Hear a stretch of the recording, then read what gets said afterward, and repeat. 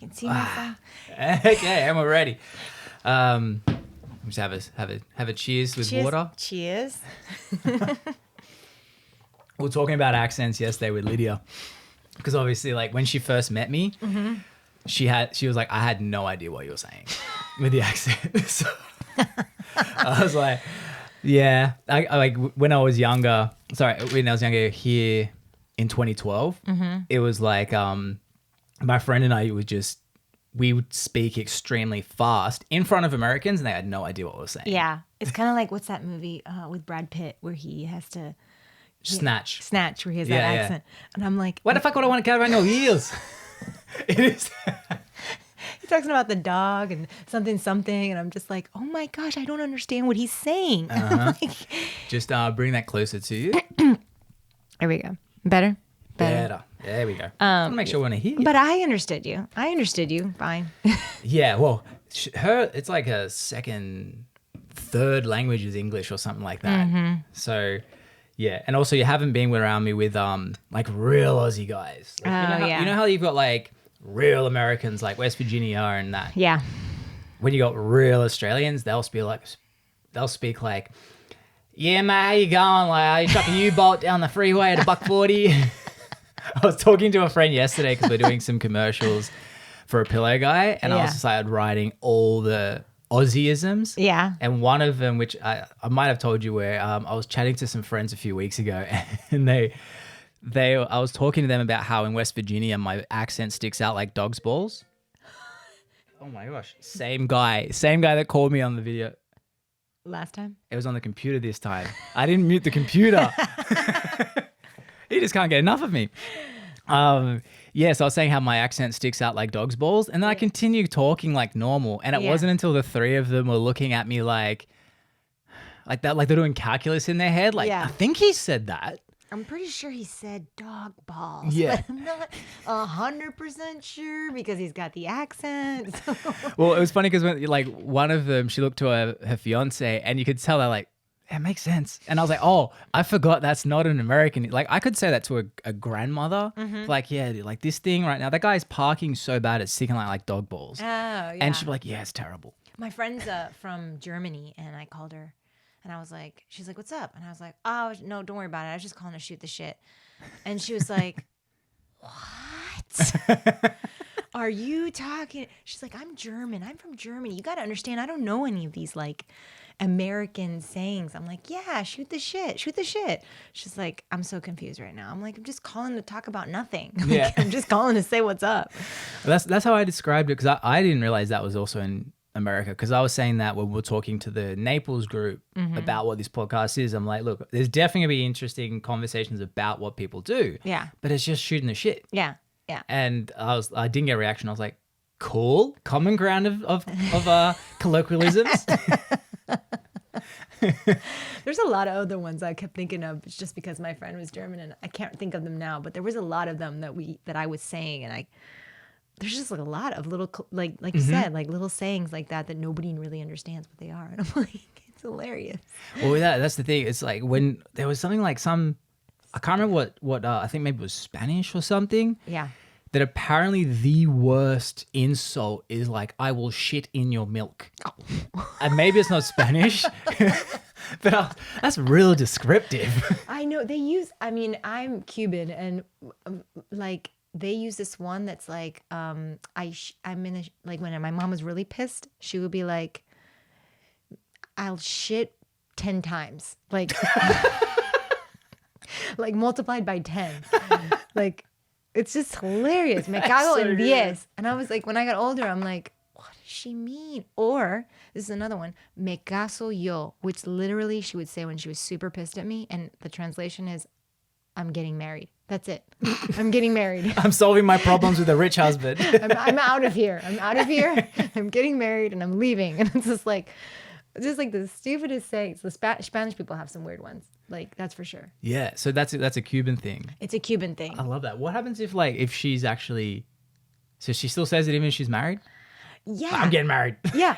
Yeah. It doesn't make any damn sense. I've talked to her about this and I'm like, what does that mean? She's like, I don't know. My mom used to say it and her mom used to say it and her mom used to say, me caso yo. Like, and I say it too when I'm like, Oh, really? with the kids. I'm like, they're like, Mom, do you know this doesn't make sense? I'm like, it's like my go-to when I'm mad at the kids and something's happened and somebody spilled something and nobody's picked it up. I'm like, me caso yo. Makes no sense. Is it me caso yo? Me caso yo. Me caso yo. I'm getting married. I am doing that. I'm just gonna say me caso yo. Yeah. I've got a few other ones. I won't say them, but that's pretty much like but me cago en 10. Me cago en 10. I shit 10 times. That's all that means. That is fantastic. I shit. I think we have a thing with shit. I think that we like saying shit. It's a great word. It is. Like the one with Australia, like we love cunt and fuck. Like Okay. they're the two go-to. Like Stacey's favorite thing that I say is like, if you told me something and it was crazy, I'd be like, get fucked. Like I'm actually like, and I don't realize I say it because Yeah. it's just it's a visceral reaction. Yeah. And every time I say it, she's like, yes. Because He went there. it just, when I say it, like I can't be like, really? Like really, It's you not know that enough. like, it's interesting. Yeah. But if I'm like, holy shit, it's like, Yeah. get fucked, really? And it's the same That is tonality. hilarious. I drop an octave, like, get fucked. Like, Yeah. straight down. It's never like, oh, get fucked. And I used to have sayings like that when the kids were like really little, and then as they started to get older, I was like, Is that a boat? No, it's a mower. Oh, the ride-on mowers. That's going to be annoying for anyone listening. Sorry about that. Now we know, don't shoot on Thursdays. I tried to like Mary Poppins it up a little bit, but we still curse around the kids, but just not as much. I mean, like when we first, it was like the F word was used as a verb, as a noun. We just used it all the time. We're like, fuck that. I went here and it was fucking this. And that. It was all the time. And now I just slowly realized that as the kids got older, we stopped doing it. And if they hear us say the F word, they're just like, oh my God. Yeah. It sticks out like dog's balls. Everybody, it sticks out like dog's balls. And they're like, everybody hide. Mom is biz. She said, me caso yo, and she said the F word. Yeah, that's when shit's getting real. Isn't it funny? Like, what was the there's that video that's on the internet, and it's about how the word fuck is the most versatile word in the world, because it's like, and they start to list. It's like a 2-minute video or something. Yeah, I've seen it. I've seen it. I love that video. It breaks it down. You're like, holy shit! Like, that's correct. It's the only word in the English dictionary you can use as every word in the sentence, and it's like, you fuckity fuck.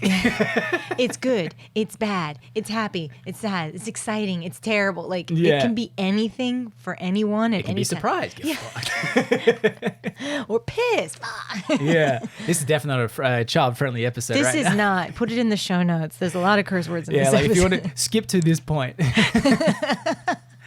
But so anyone who's listening who's not aware of who you are, let them know what it is you do and how we met through a networking thing, but your stuff is fascinating. So let them know what you do. All right. So my name is Michelle Trias, and I have a practice in Bonita Springs called MyNaturoWellness. I have a doctorate in traditional naturopathy, which means that I focus on helping people heal through the use of herbs and foods. So changing lifestyle, changing how they eat, adding in things that are going to be helpful for them long term so that they are not using medications and so that they are healing their bodies and feeling really good and having energy.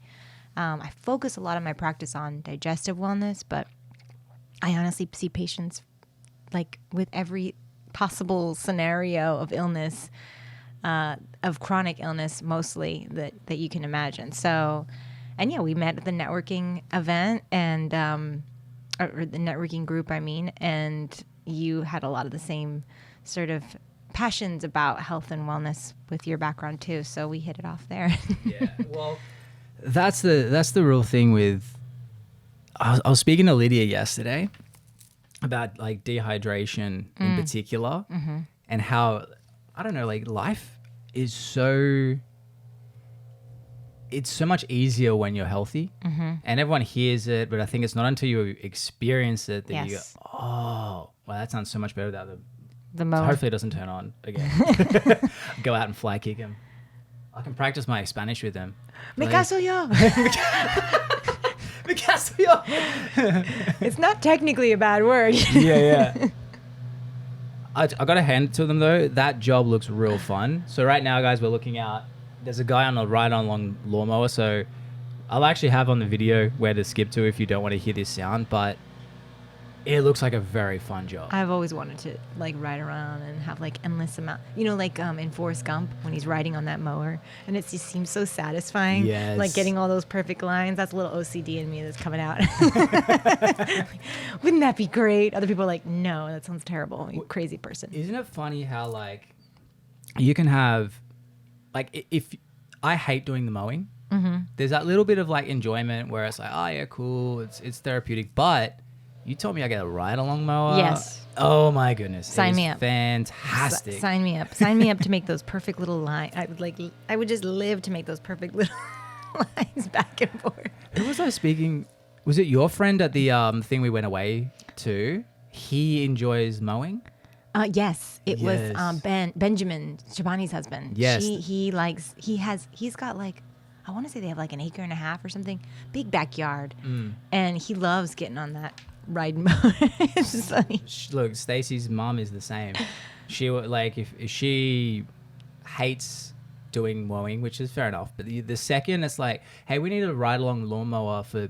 There was a thing we did years ago when I first came to America, to West Virginia, a part of America. I feel like I can't say I've been to California and been to America. They're two different places. So different. That's another country. Yeah. Like, and so is Texas, and so is Seattle. Like everywhere is so different. It's the United Countries of America. It's true. The first time I came here, I mean, guns are not a thing in Australia, especially tannerite. So no. Do you know what tannerite is? No.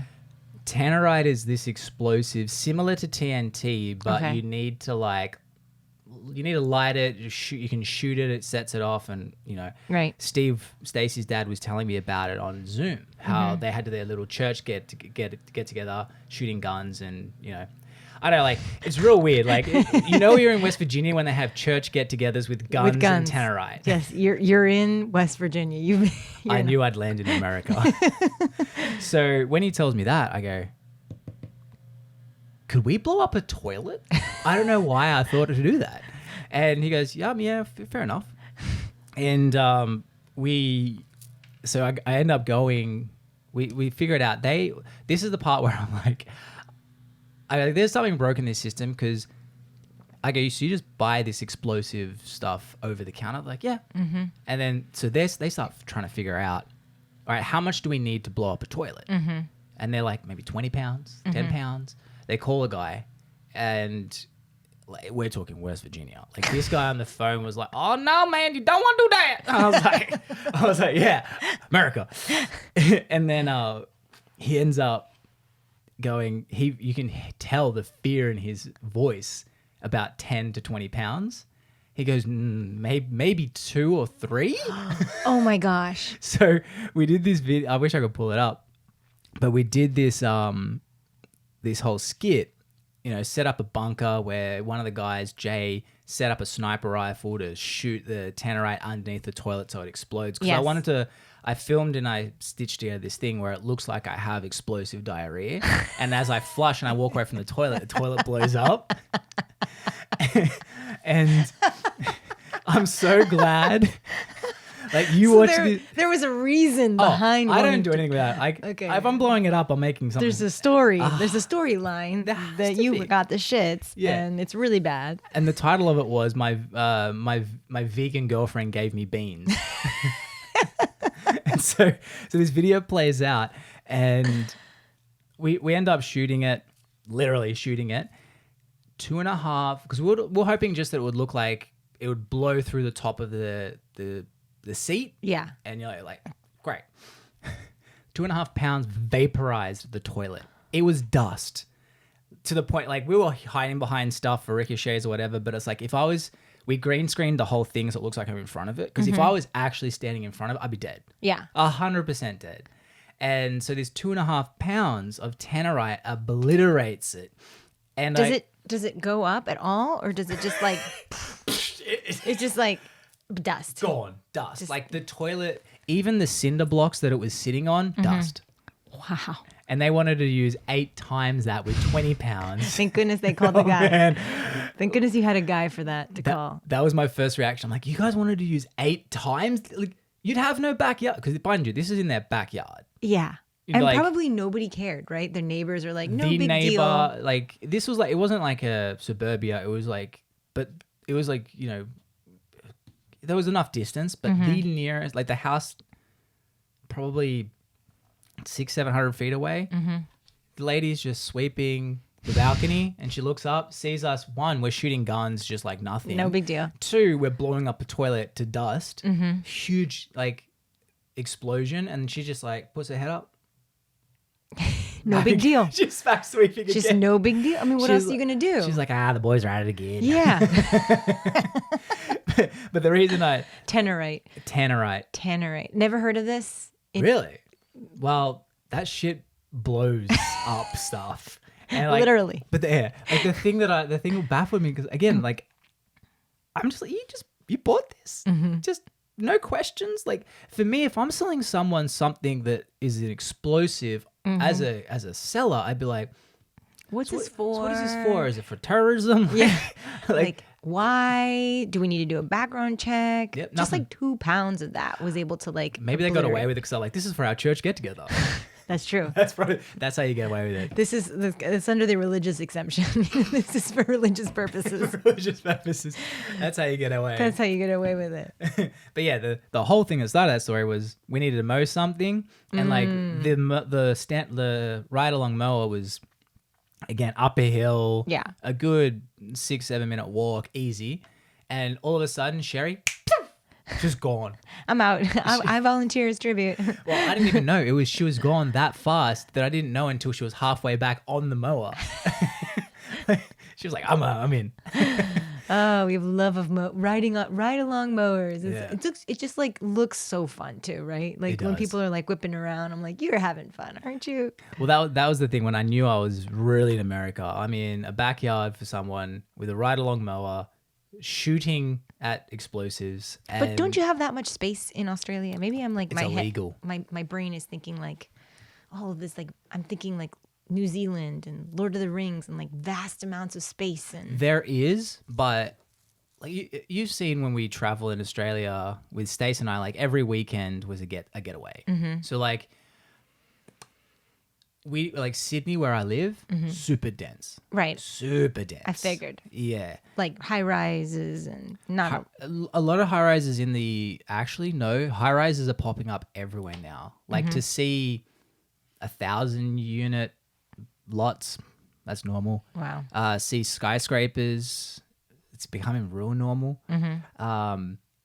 But the good thing was everything was like super close. Yeah. Like to put in perspective, living in Florida, I go to Stace had asked me, can we go get lunch at this burger joint that was vegan? And I'm like, dude, that's 25 minutes away, no chance in hell.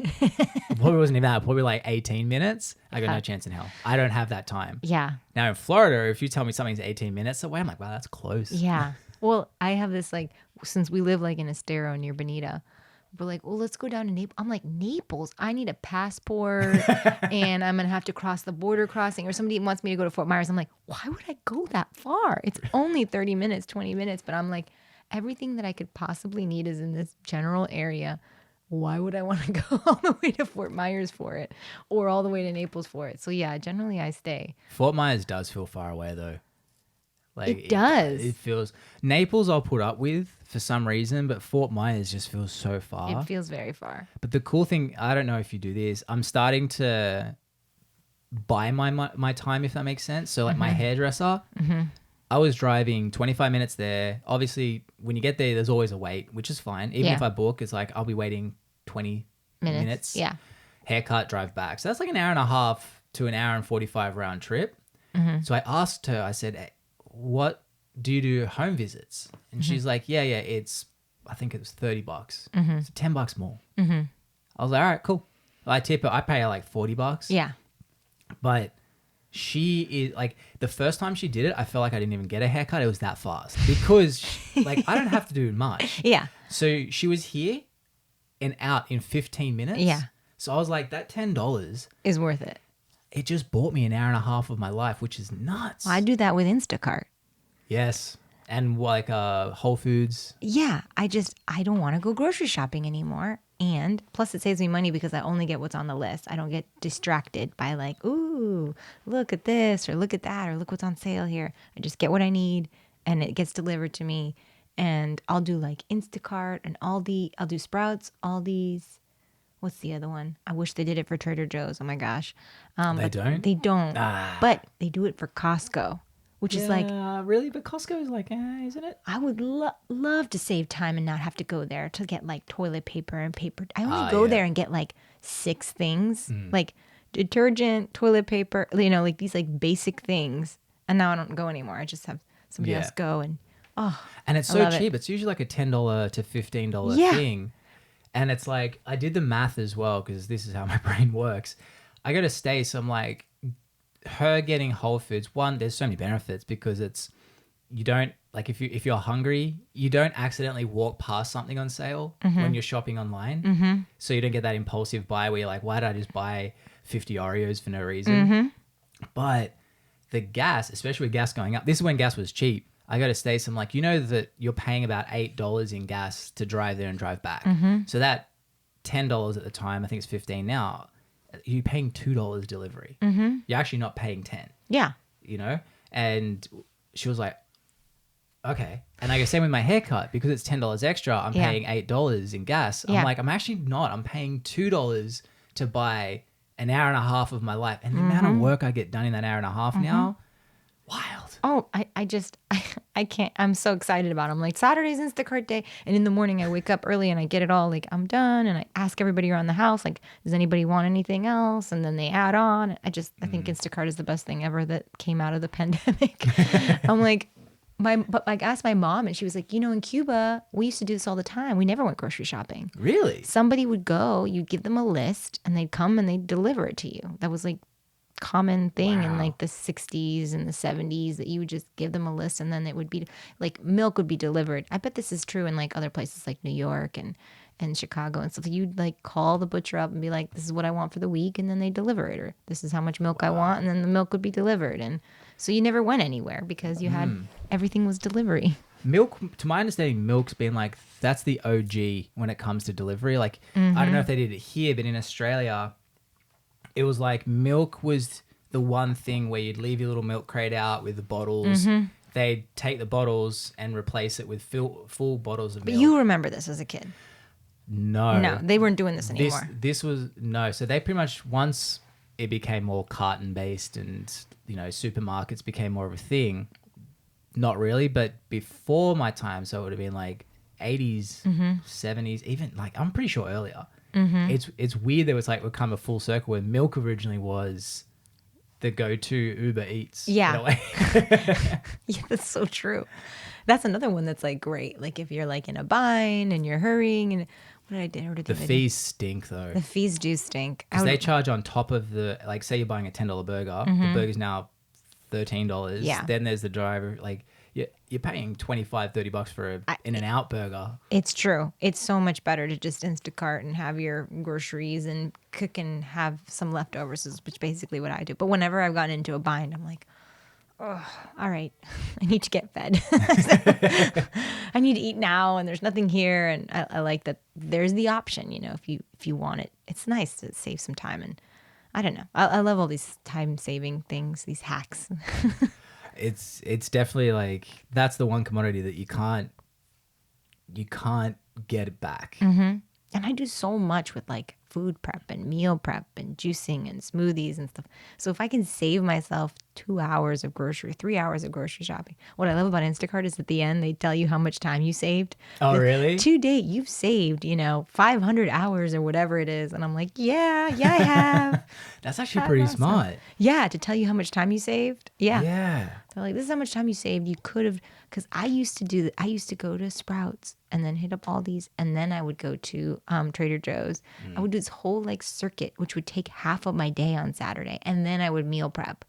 So it was just like, oh my gosh, it's like impossible to get it all done. Well, my mum went next level. Like she knew if you go to, so we had like two big ones, Woolworths and Coles. Spelled different to here, Coles. There are two major chains. Mum would know to get these items at Coles and then these items at Woolworths. But when I was young, I kind of, again, did the math and I'm like, I feel like you're not saving time. You may as well just, well, you're definitely not saving time. Yeah. But the money, I don't know if you're saving that money because, again, like you're adding now, even if it's an hour and a half to your life, to save $15-20. Right. But that's not accounting gas. That doesn't account for gas. That. And now the gas is like, oh my gosh. I just filled up, it was like a $4.80 for the mid-range, which is wild. Like the top one was $5.15 or something. Yeah, those electric cars are looking real good now. Yeah. The electric car companies are like, this is our time to shine, people. Maybe that's conspiracy. Elon's behind all this. It's the whole thing was his idea. It's like, oh my gosh. Yeah, I was looking at it the other day, like the line at Costco to get gas because it's cheaper there was so long. It was like my parents waited in it and they were like, it's a 45-minute wait to get gas, to sit in your car and get gas. 45 minutes. It was like, Are they leaving it idle for that time? Because they're burning gas simultaneously. I didn't ask, but maybe. They're burning gas to get gas. It's like, just stay at home. Just don't go anywhere. Just stay home. I think maybe I'll get you a little golf cart and you can get everywhere then. Golf cart. They do like the golf carts in this area. You might not have seen when you were driving because the beach is only, if you have a golf cart, it probably is like 2-3 minutes. Yeah. And like, there's families here that will just like, they'll putt past, they're not even going to the beach. They just drive, like, it's like their way to walk the dog. So they'll have the kids in the back, them in the front of it, and then the dog's just running beside them. I was like, oh, that's good. This is a lazy man's walk. Yeah. I'm like, you guys know that's not exercise. Like, doesn't really count. But they love it here. Yeah. This area is next level. It is. It's beautiful here. I mean, you got the water back there. You got the water That didn't exist 3 weeks ago. The water back there didn't exist? Well, the water existed. There was a house. Oh, okay. That house was $2.5 million. And they just knocked it down? Gone. Well, yeah, because they're going to put a $10 million house there. They're putting 2 $5 million houses there, so you're right. Oh, there you go. Because that's a double lot. Oh, okay. It's big. But well, what they enjoy should the do view while it lasts. Yeah, well, luckily we've got about 6 to 8 months, they said. Oh, before it all happens. Because there's a local company here called Potter Homes. You heard of them? Turns out, neighbor next to there, that's the father-in-law to Potter Homes. And the reason the way I found out from it, we went to a local thing here, just like a get together on the street. Yeah. And people are like, oh, so where do you live? I'm like, oh, I'm at that house that's opposite the one that just got taken down. And then speaking to this gentleman, and he goes, oh, I live next to it. I'm like, yeah. Could you imagine having so much money that you just buy a $2.5 million house and you tear it down? He goes, yeah, that's my son-in-law. I'm like, what's it like having that much money? Stacey's like, you can't say that to these people. Like $2.5 million to tear down a house is normal to them. I'm like, it's still pretty incredible. It's a lot of money. That money. It's a lot of money. And I was just telling the kids today, I just kind of like, I was listening to the news about Ukraine and how Russia bombed that maternity hospital and the children's hospital. Yeah, that happened. And then I was like, is that your phone? I guess it's vibrating. You are a popular person. And I was like, guys, we're so blessed. We're so blessed. And they're like, yeah, but there are people that with like bigger houses and we, more things. I'm like, yeah, but like, I just feel so freaking blessed. Like so overwhelming. Like I wouldn't be like, no, I don't want $2 million. But I'm so happy with what I have now. I'm like, I'm content. Anything more would be like, anything more feels like, well, that's just over and beyond what I could ask for in my life. And I don't need it. It'd be cool. I'm not going to give it back, but it would be cool. But I was just thinking that like, oh my gosh, we have so much. We have so much. And they were like, yeah, whatever, Mom, because they're 13 and 10, so they don't care. But well, that's the thing is people only have like everyone's worst day is their worst day. Mm-hmm. So if you live in like a super cushy environment and you stub your toe, and that's the worst thing that's ever happened in your life, it's the same as someone who lives in North Korea who's used to seeing famine and everything getting tortured for the first time. Yeah. Conceptually, like Yeah. perception is everything, right? Perception is all of it. So that's the feeling that you have. It's like, oh, this is so intense, even though other people are suffering more, or other people have more. Like, it's crazy times, man. Crazy times. Just when we get over COVID. I know. It was like perfect timing. It's like, all right, COVID happened yesterday. Now let's just let's start a war. Let's just have this whole war. And it's just like, and my kids, and I'm like, they're stressed about it. I'm like, why are you stressed about this? Ukraine. Yeah.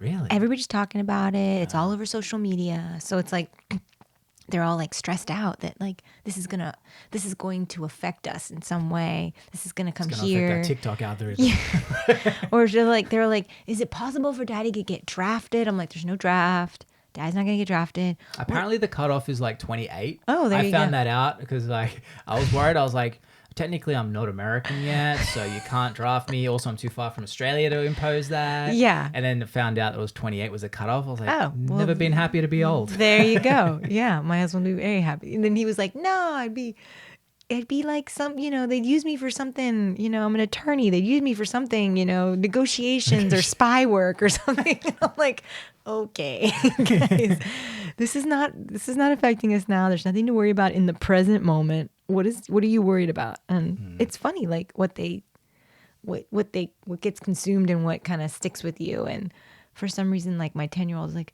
I'm worried about money. I'm like, why? Like, why are you worried about money? I don't know. I just feel like it's going to run out. And what if things, everything is really, I hear you guys say everything is expensive. Food is expensive. Gas is expensive. Like, you never know what they're soaking in, when you're like having these conversations.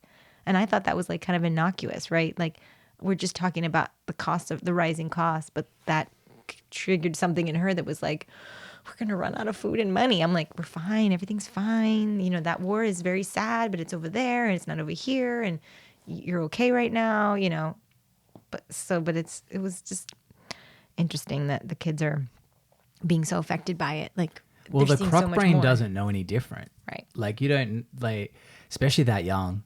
They're trying to figure out, I couldn't imagine being 10 again, trying to figure out the world, especially in this environment where it's like, you got so much happening and it's all about, like, the algorithm favors interaction. The problem is fear is the best thing to cause interaction. It'd be a fascinating time. Plus, this is the first war where we've seen the beginning of it. Right.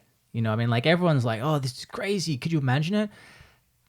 Iraq, Afghanistan, Vietnam, like all these ones where no one really saw it in high definition. Right. Or at all. Yeah. Like, we saw the after things. Like, if you see the photos of Syria before it got invaded, you go, like, there's still that disconnect because it's just a photo with no humans in it. Whereas you see a video of like a F-18 fire a missile into a civilian thing with people filming it screaming. Yeah. Whole other level. Yeah. Yeah. Whole other level. And so we're seeing it. We have this like front row seat to what seems like is this really happening? Is this a movie? Is this really happening? Because it just can't be possible. That's what I keep thinking to myself. Like, what the fuck? Yeah. It's also Russia, man. It's also tricky because it's like, I mean, when I had Lydia on yesterday, I was just asking so much where it was like, I go to her, I'm like, I sound really ignorant right now. Like, where's Poland relative to Ukraine? Like, all these basic things because at the same time, it's like, there's so much stuff you hear now that is false. Like that. Did you hear about the ghost of Kiev? No. So it was this Ukrainian fighter pilot that allegedly took down 6 Russian fighters. Oh, wow. Fake. Okay. Yeah, it was everywhere. Like, it was fake. There was this other one with allegedly. There was a video where allegedly a Russian tank just like swerves over and runs over a Ukrainian car. So that was doing the circulations, particularly in Australia. Also fake. Turns out, well, it was real, but it turns out it was a Ukrainian tank allegedly. Oh. So like, you hear that, then you see like photos of torn down buildings. Find out it's not even in Ukraine. It's a photo from somewhere else. Then there was this other one where there was this reporter. It was like CNN Ukraine, their Facebook, and it was a reporter who had died. His name was whatever it was. Then they see this other one from CNN Afghanistan. Now, again, who knows if this is even... If the reporting of that false story could be fake. Right. Like, it's so many layers on it. Yeah. but it's like copied and pasted. It's the same guy, same name, who died 4 years earlier. Oh my gosh. So, but also at the same time, CNN, Fox, they're all guilty of just regurgitating stories. So it's like, you don't even know like if the reporting on the fake news is fake, because there's just so many layers of fake interaction now where I'm like, I just check out. And propaganda is important for wars, right? It's like how if you've ever seen the movie Enemy at the Gate, which is actually a Russian World War II movie, it's all like they take this one guy who did something and then they create this huge myth out of him. You make him a mythical thing and everybody starts following, and they're like, it kind of invigorates the Russian troops for World War II against the, I mean, it was this very like important for them to keep their propaganda up in order to get people to do what they want them to do, which is what that happens with media too, right? Yeah. In order to get us to do what they want us to do, we have to create the fear and the Vietnam War. Right. That came out completely. I was saying to... That's sad, man. That's just like pointless. Yeah. Oh, I was saying to the family last night, and I'll preface this with, I don't think this is true. But I was like, here's kind of a way to connect some dots, which may or may not even be there. Like, America is well known for creating wars and falsifying stuff. Right. I was like, I mean, we don't know really what's happening in Russia. It's just what we're being told. Right. The whole thing with NATO and, allegedly with Russia and oil, and that obviously affects gas prices. America's got a history of wanting oil, right? So I was like, all right, here's a super hypothetical that I don't necessarily believe at all, but there's been weirder things happen in the past. Sure. Like, there's a race for Ukraine to become NATO, and when they're in NATO, then we can attack. Yes, we can attack Russia. What if, and this has been known as well in the past, that what if these Russian fighters are not Russian, and like there's history of crisis actors and all that falsification. Again, don't think this is true. This is just my fun sort of weird. Like, what happens if? If Well, the best thing is like you create an enemy to get what you want. So I was like, what if all this is just a ploy so that we can justify? Because if we just invaded Russia, everyone would be like, this is insane. You guys are crazy. But if Russia's attacking Ukraine, now we can justify attacking. Like, that's the whole conspiracy theory of 9/11. Right. Attack here so we can justify, and the American public is supporting of us invading Afghanistan. Right. And Iraq, sorry. So I was like, what if? I don't necessarily believe that. Right. But it's possible. there's so much shit now you don't even know if it's true. Yeah, that's the tough part, is that I find it really hard. I use a lot of like my own internal clock instead of trying to like use or my own internal feelings about things. When I see a news story or when I read something, I'm like, I don't just like believe it right away. I'm like, how do I feel about this? What is my body physically telling me? Is this, because you have a certain amount of bullshit meter, right? You know a little bit about when you read something or when you hear something comes off in you. Sometimes it's not. It's true and you think it's bullshit, and sometimes it's not true and you feel like it's true. But I find that if you just, like, the more that I meditate, the more that I'm able to like really be more like, okay, this is bullshit, or this is happening, or, like I'm able to sort of discern a little bit more the more time I spend with myself in like silent and quiet meditation. And it's really helpful in these times too. But I try to stay off of, I'm like terrible at social media. I only do it because I have to do it. I only must post. It's good for your mental health. But I just stay away from it as much as possible because I'm like, I don't want to get, and I don't watch the news much. I watch like just what I need. Like I get like the bullet points. I'm like, okay, I know what happened. My husband Larry, because you met him at the retreat, but he'll sit there and watch the news. And I'm like, doesn't this, like, the more I watch it, the more I sit there, like when there's a hurricane, this is like a prime time. Like this is when the weather people are like, it's our time to shine. Florida's drowning. This is like Snowmageddon. I remember like years ago there was a storm in the northeast and they were like, it's Snowmageddon. That's literally Snowmageddon. That's what they called it. And I was like, well, but I try to like just stay away from it, like not watch as much of it. And it's important to like filter what comes in, not just food and what you eat and what you drink, but what you consume in any way, what you read, what you see, what music you listen to, everything affects your energy. Yeah. So I try not to go down the rabbit hole too much, because when I go down, I'm like, it just takes me a long time to get like feel better and not be like so sad and depressed about things once I do that, because I've done that before and been like, this is crazy. I did that with COVID in the beginning. COVID set me off. I was like, dude, you know, as you're doing it, you're like, why am I sharing this? Yeah. Like, this is telling people that you're just a nut. And I'm like, just stop. And like, there's something you can't stop. It's really hard to, like, when you see something that's like, okay, I'm certain to my core that this is not correct. Sometimes though, I find if a piece of information actually justifies how I feel, I have to question it twice now. Yeah. Because of cognitive bias, cognitive dissonance. Yeah. Like, cognitive dissonance is the most powerful one. Like, we're seeing it especially now, where it's like the science is definitely out that the masks don't do anything. Right. But because of such the strong conviction that certain areas like airlines have done, or the Australian government, even though the science is blatantly out, like, there is nothing we can do, they can't just go, all right, because the cognitive dissonance of the people that are in part of that environment will be like, no, you guys are now lying to us.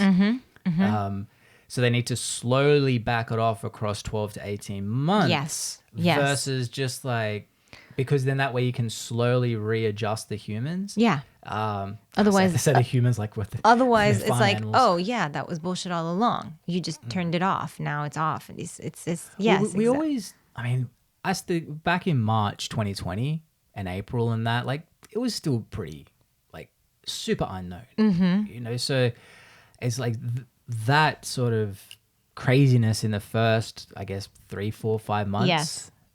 That still made sense, because it was like, what are we really dealing with here? Yeah.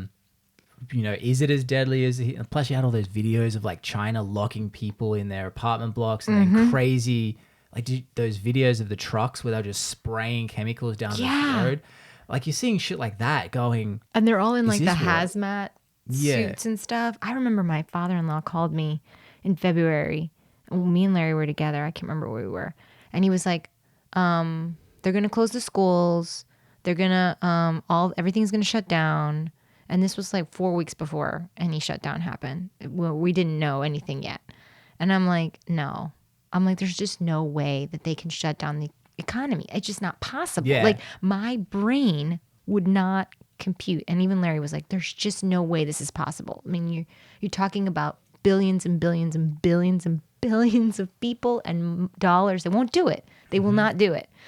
And sure enough, he was right, you know, because a couple weeks later, you know, everything got shut down, and it took time to like adjust to all of that. And I find a lot of my patients that I'm seeing are still in recovery mode from that, like, intense sort of peak of stress and that cortisol release and that, like, oh my gosh, that level of uncertainty. So much mental illness and like depression that's happening from being like enclosed and kept off from people. And I'm just really grateful I lived in Florida, where it was like, I mean, we had we had so much fun in April. I mean, we had so much fun just hanging out. April 2020. Yeah, April 2020. I was like, this is awesome. You know, like, I felt bad for a little while for feeling so happy. Like, the workload had gone way down. We spent all this time together that we didn't get before. We were getting dressed up for no reason, coming down and having like a fancy meal. We like made the most of it. And I was like, when will we ever get this time again? The earth kind of got a chance to like reset a little bit. They talk about like the pollution levels and how those went down in places like India and China, where it's like super high with all those people. And I was like, this is great.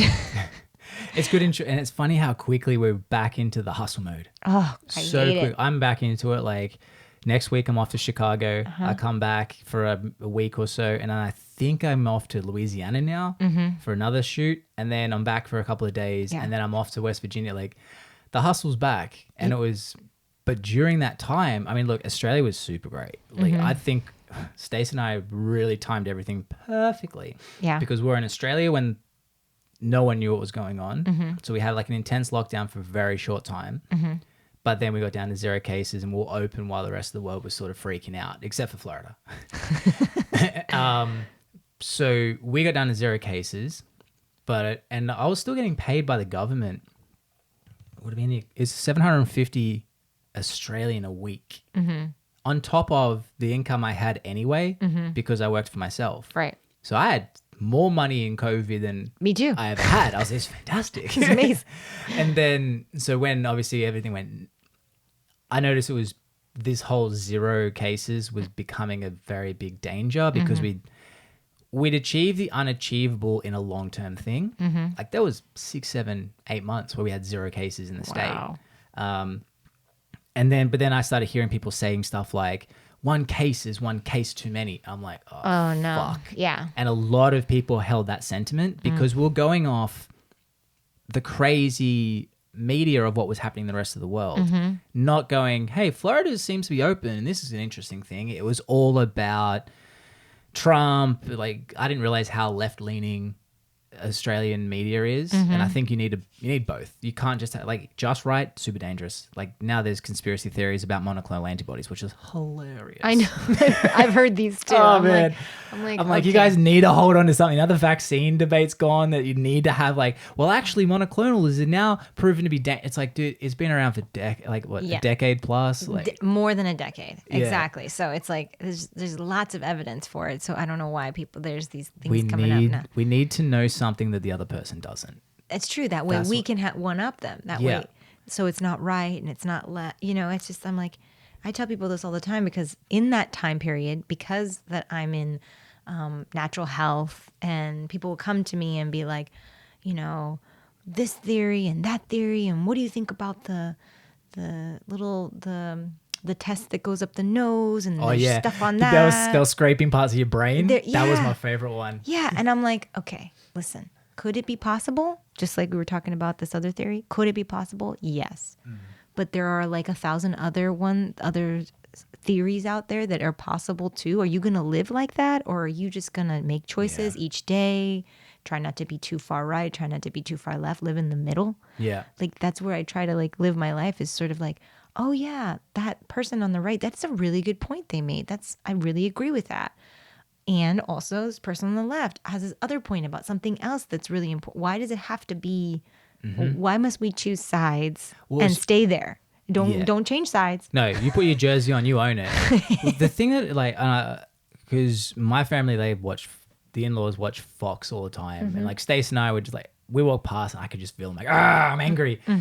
But it was funny because, and both sides do this. I'm not even painting it. This story has to do with Fox. Yeah. They were talking about Nancy Pelosi is the devil reincarnated on the left, according to the right. She's not great, to be honest. But they were really focusing on this story that came out about the top 30 best investors in 2021 were all politicians. All 30 out of 30. They beat institutional investors. Wow. They're all politicians. Weird coincidence. And they really focused on Nancy Pelosi. Focus. And I go to Steve, just so you know, she came 6th on that list, and the 5 above her were all Republicans. And every time that, it was probably Hannity. No, it wasn't Hannity. Tucker, that guy. I always feel like I'm getting told off by him. I just feel like they're so angry. I'm like, why so angry? Everything. You go on the news, I feel like I'm getting told off. Yeah, it's true. But it was just interesting. I go, have you noticed how it was just Pelosi? Whenever they mentioned the list, they'd say politicians. So they never would lie. But by them saying politicians, putting Pelosi back on, you don't watch that and be like, politicians from both sides. But that's what I said to him. I'm like, just so you guys know, the top 5 were Republicans. So this isn't a left thing. Yeah. This is a both sides thing, and it seems like Republicans are doing the best. just so you guys know. Yeah, and I think that's how it is all the time. You listen to the news that's on the left, and you get only what you want to hear. They're going to pander to who they want to hear, but I want to hear other opinions from each side so that I can then take my time and sort of, okay, this is what I feel. Yeah. I had a friend who was like, what was it? Like, oh yeah, Democrats are like eating children. Oh, eating children? I'm like, all right. Do you know where they got that story from? Where? I figured it out. So, because I love conspiracy theories and I dive right into them, knowing the like 99 point, but some of them have come true, like Epstein. That's the problem. Yeah. But so anyway, there's two in particular. One is the lizard people, you know, and the other one that is big is the elites. There's this it's endocrine or something like that, and it's a hormone that's in humans, which it is, but it's real potent. Allegedly, this conspiracy theory, it's really potent in children, and the more you scare them, the higher that that hormone produces. Right. And when you drink it, it keeps you young. Okay. First of all, there's no proof of this at all. Like, I've seen so many conspiracy videos, and they just build up how they've got evidence, and then they tell you what's on it. I'm like, not evidence. Yeah.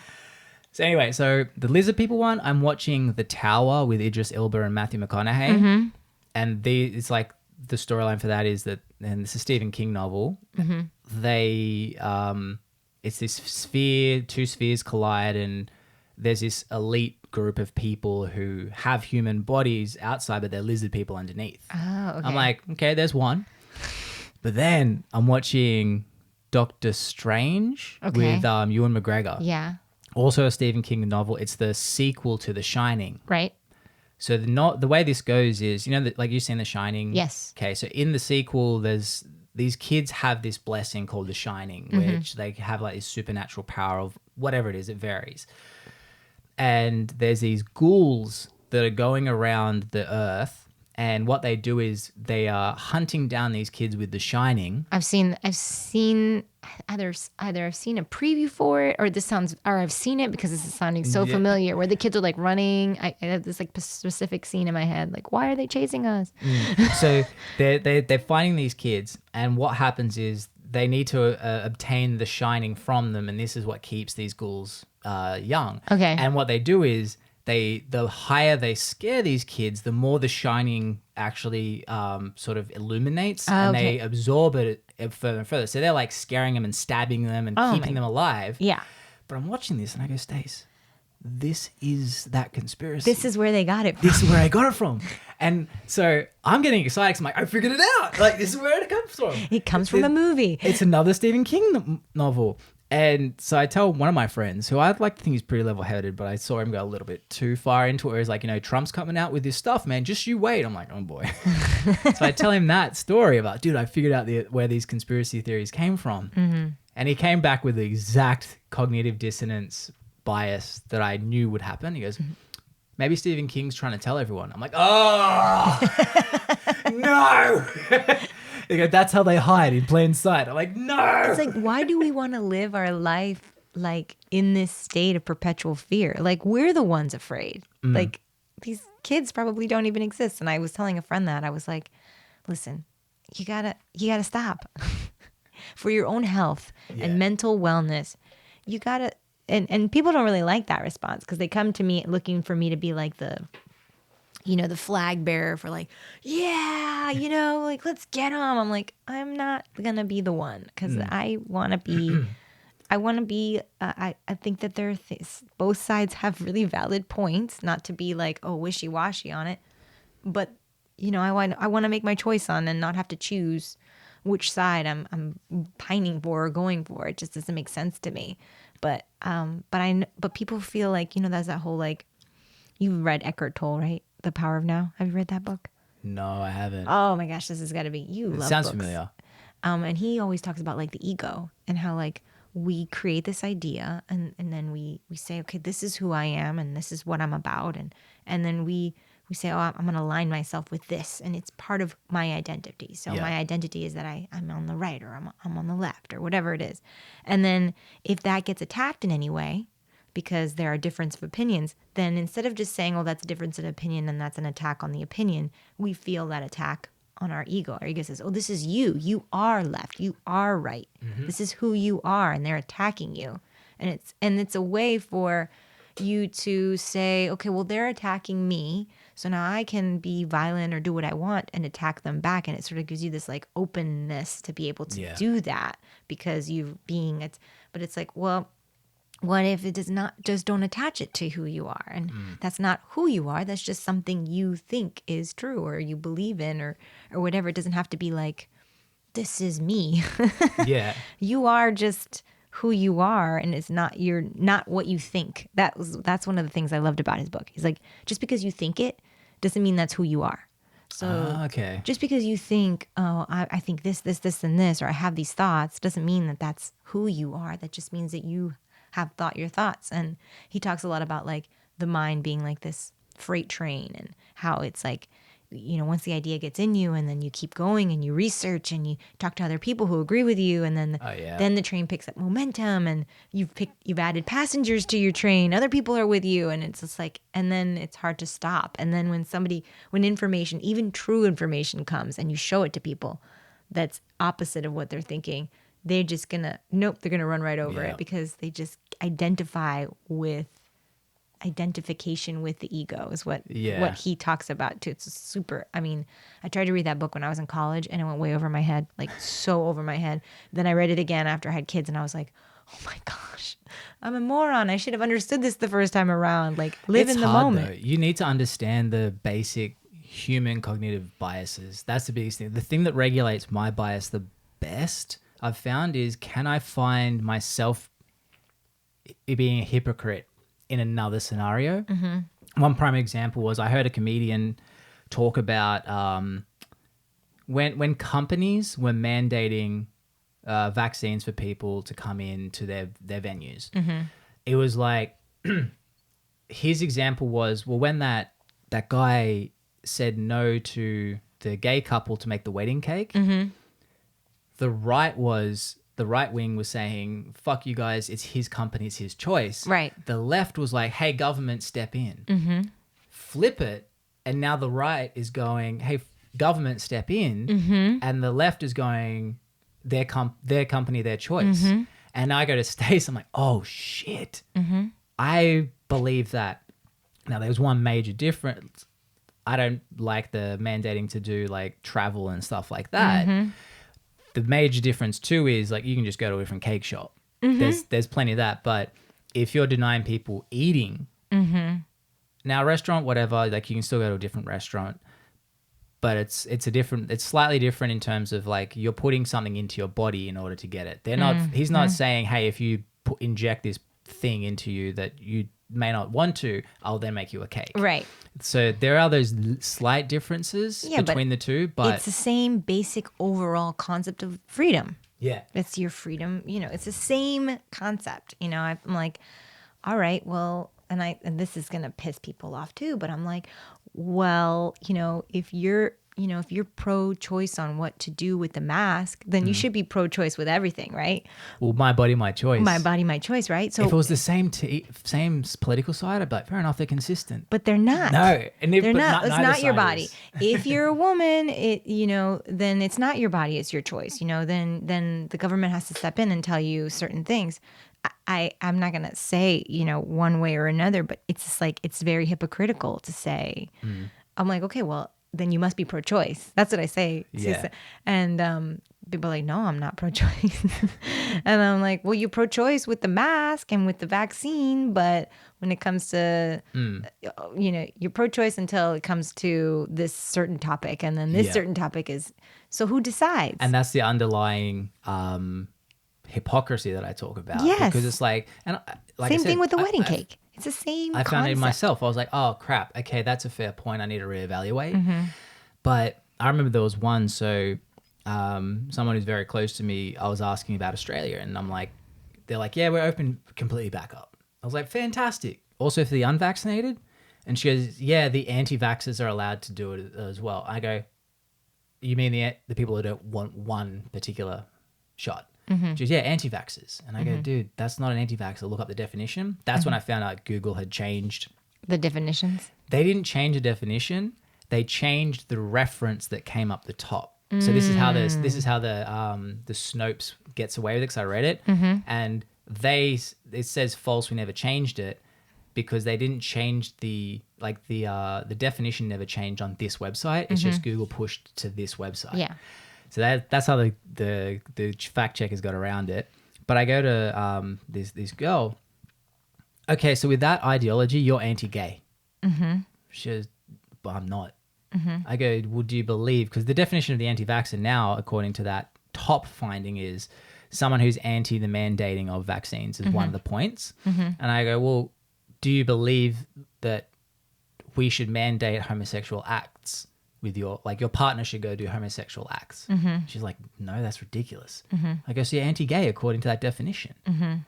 And obviously I was twisting her words, but I was just like, but that's that mindset of what that is. But because I hate being called an anti-vaxxer, because I'm like, dude, no, get him. If you want. But yeah, I've been called that too, and I'm like, well, no, I just choose to research and decide which vaccine I'm going to get. If I'm not going to get the 56 jabs that are prescribed right now for a normal child to get over the course of their life until they're 18, just because I'm not going to get all of those, or I'm going to decide to delay, or that makes me an anti-vaxxer too. And I'm like, well, that's not really what happened. What happened is I made choices based on education and based on talking to my own doctors and pediatricians, and we've decided, but they're going to lump us all together and call us anti-vaxxers because we don't want to have that mandate on us. It's like, you must put this in your body. Well, how many times have you heard get educated? Yeah. And it's funny because I go, all right, what do you want me to get educated with? Because really that saying now, get educated, is find out how to agree with me. Or trust the science means blindly follow so you're on the same side as me. Because when it's like get educated, I remember with someone, I said to them, I'm like, all right, according to the CDC, 94% of the deaths in America have an average of 4 comorbidities. So again, my math brain, I'm like, well, I have none. So 6% of the deaths don't. So I did the numbers and I go, based on the risk of me getting COVID, which at the time was like 8%. Right. 12%. Then I times it again by the numbers. Basically, it was like 25,000 people without formal comorbidities died in that year. I go, so the risk of me dying from COVID was 0.11007%. Yeah.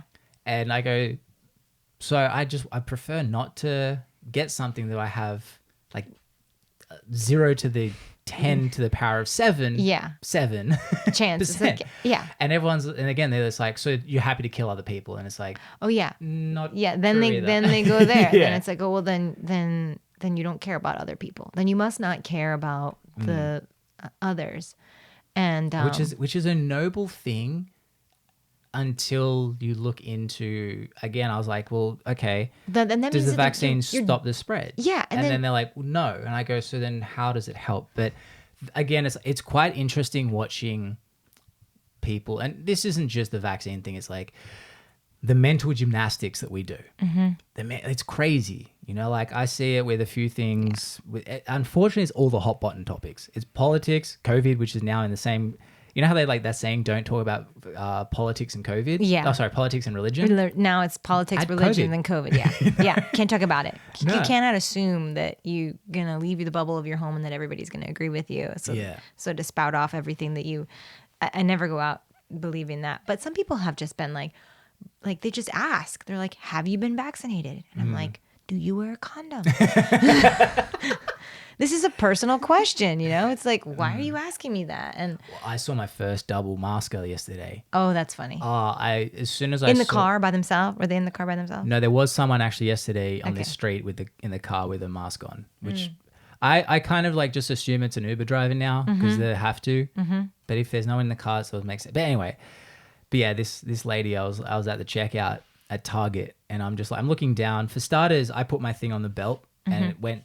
They didn't put their thing on the belt, and then when my thing got to the front, they like pushed mine out of the way, like I'd gotten in there in front of them. Yeah, how dare you? And then I was like, that's weird. And then I look at the face, and I'm like, hold on, there's 2 fucking masks, like an N95 for starters, which is fantastic. Yeah.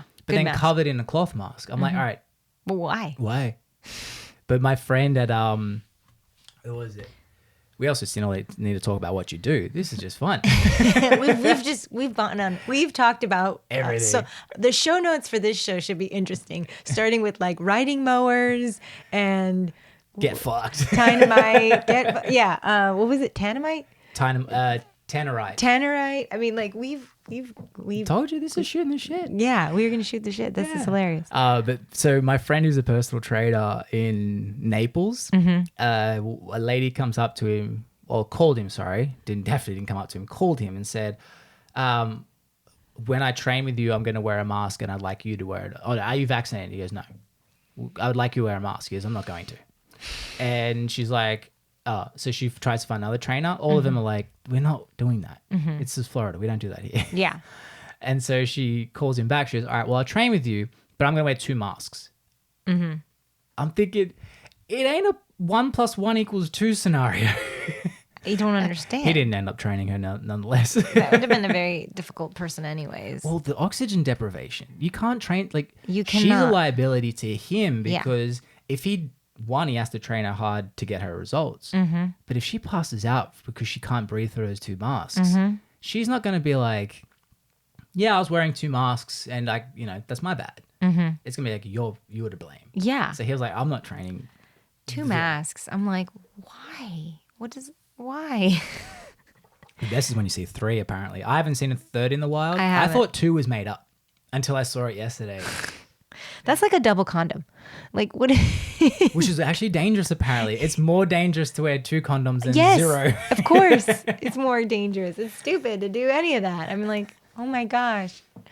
That's my go-to. It's like, are you vaccinated? Have you, I'm like, do you wear a condom?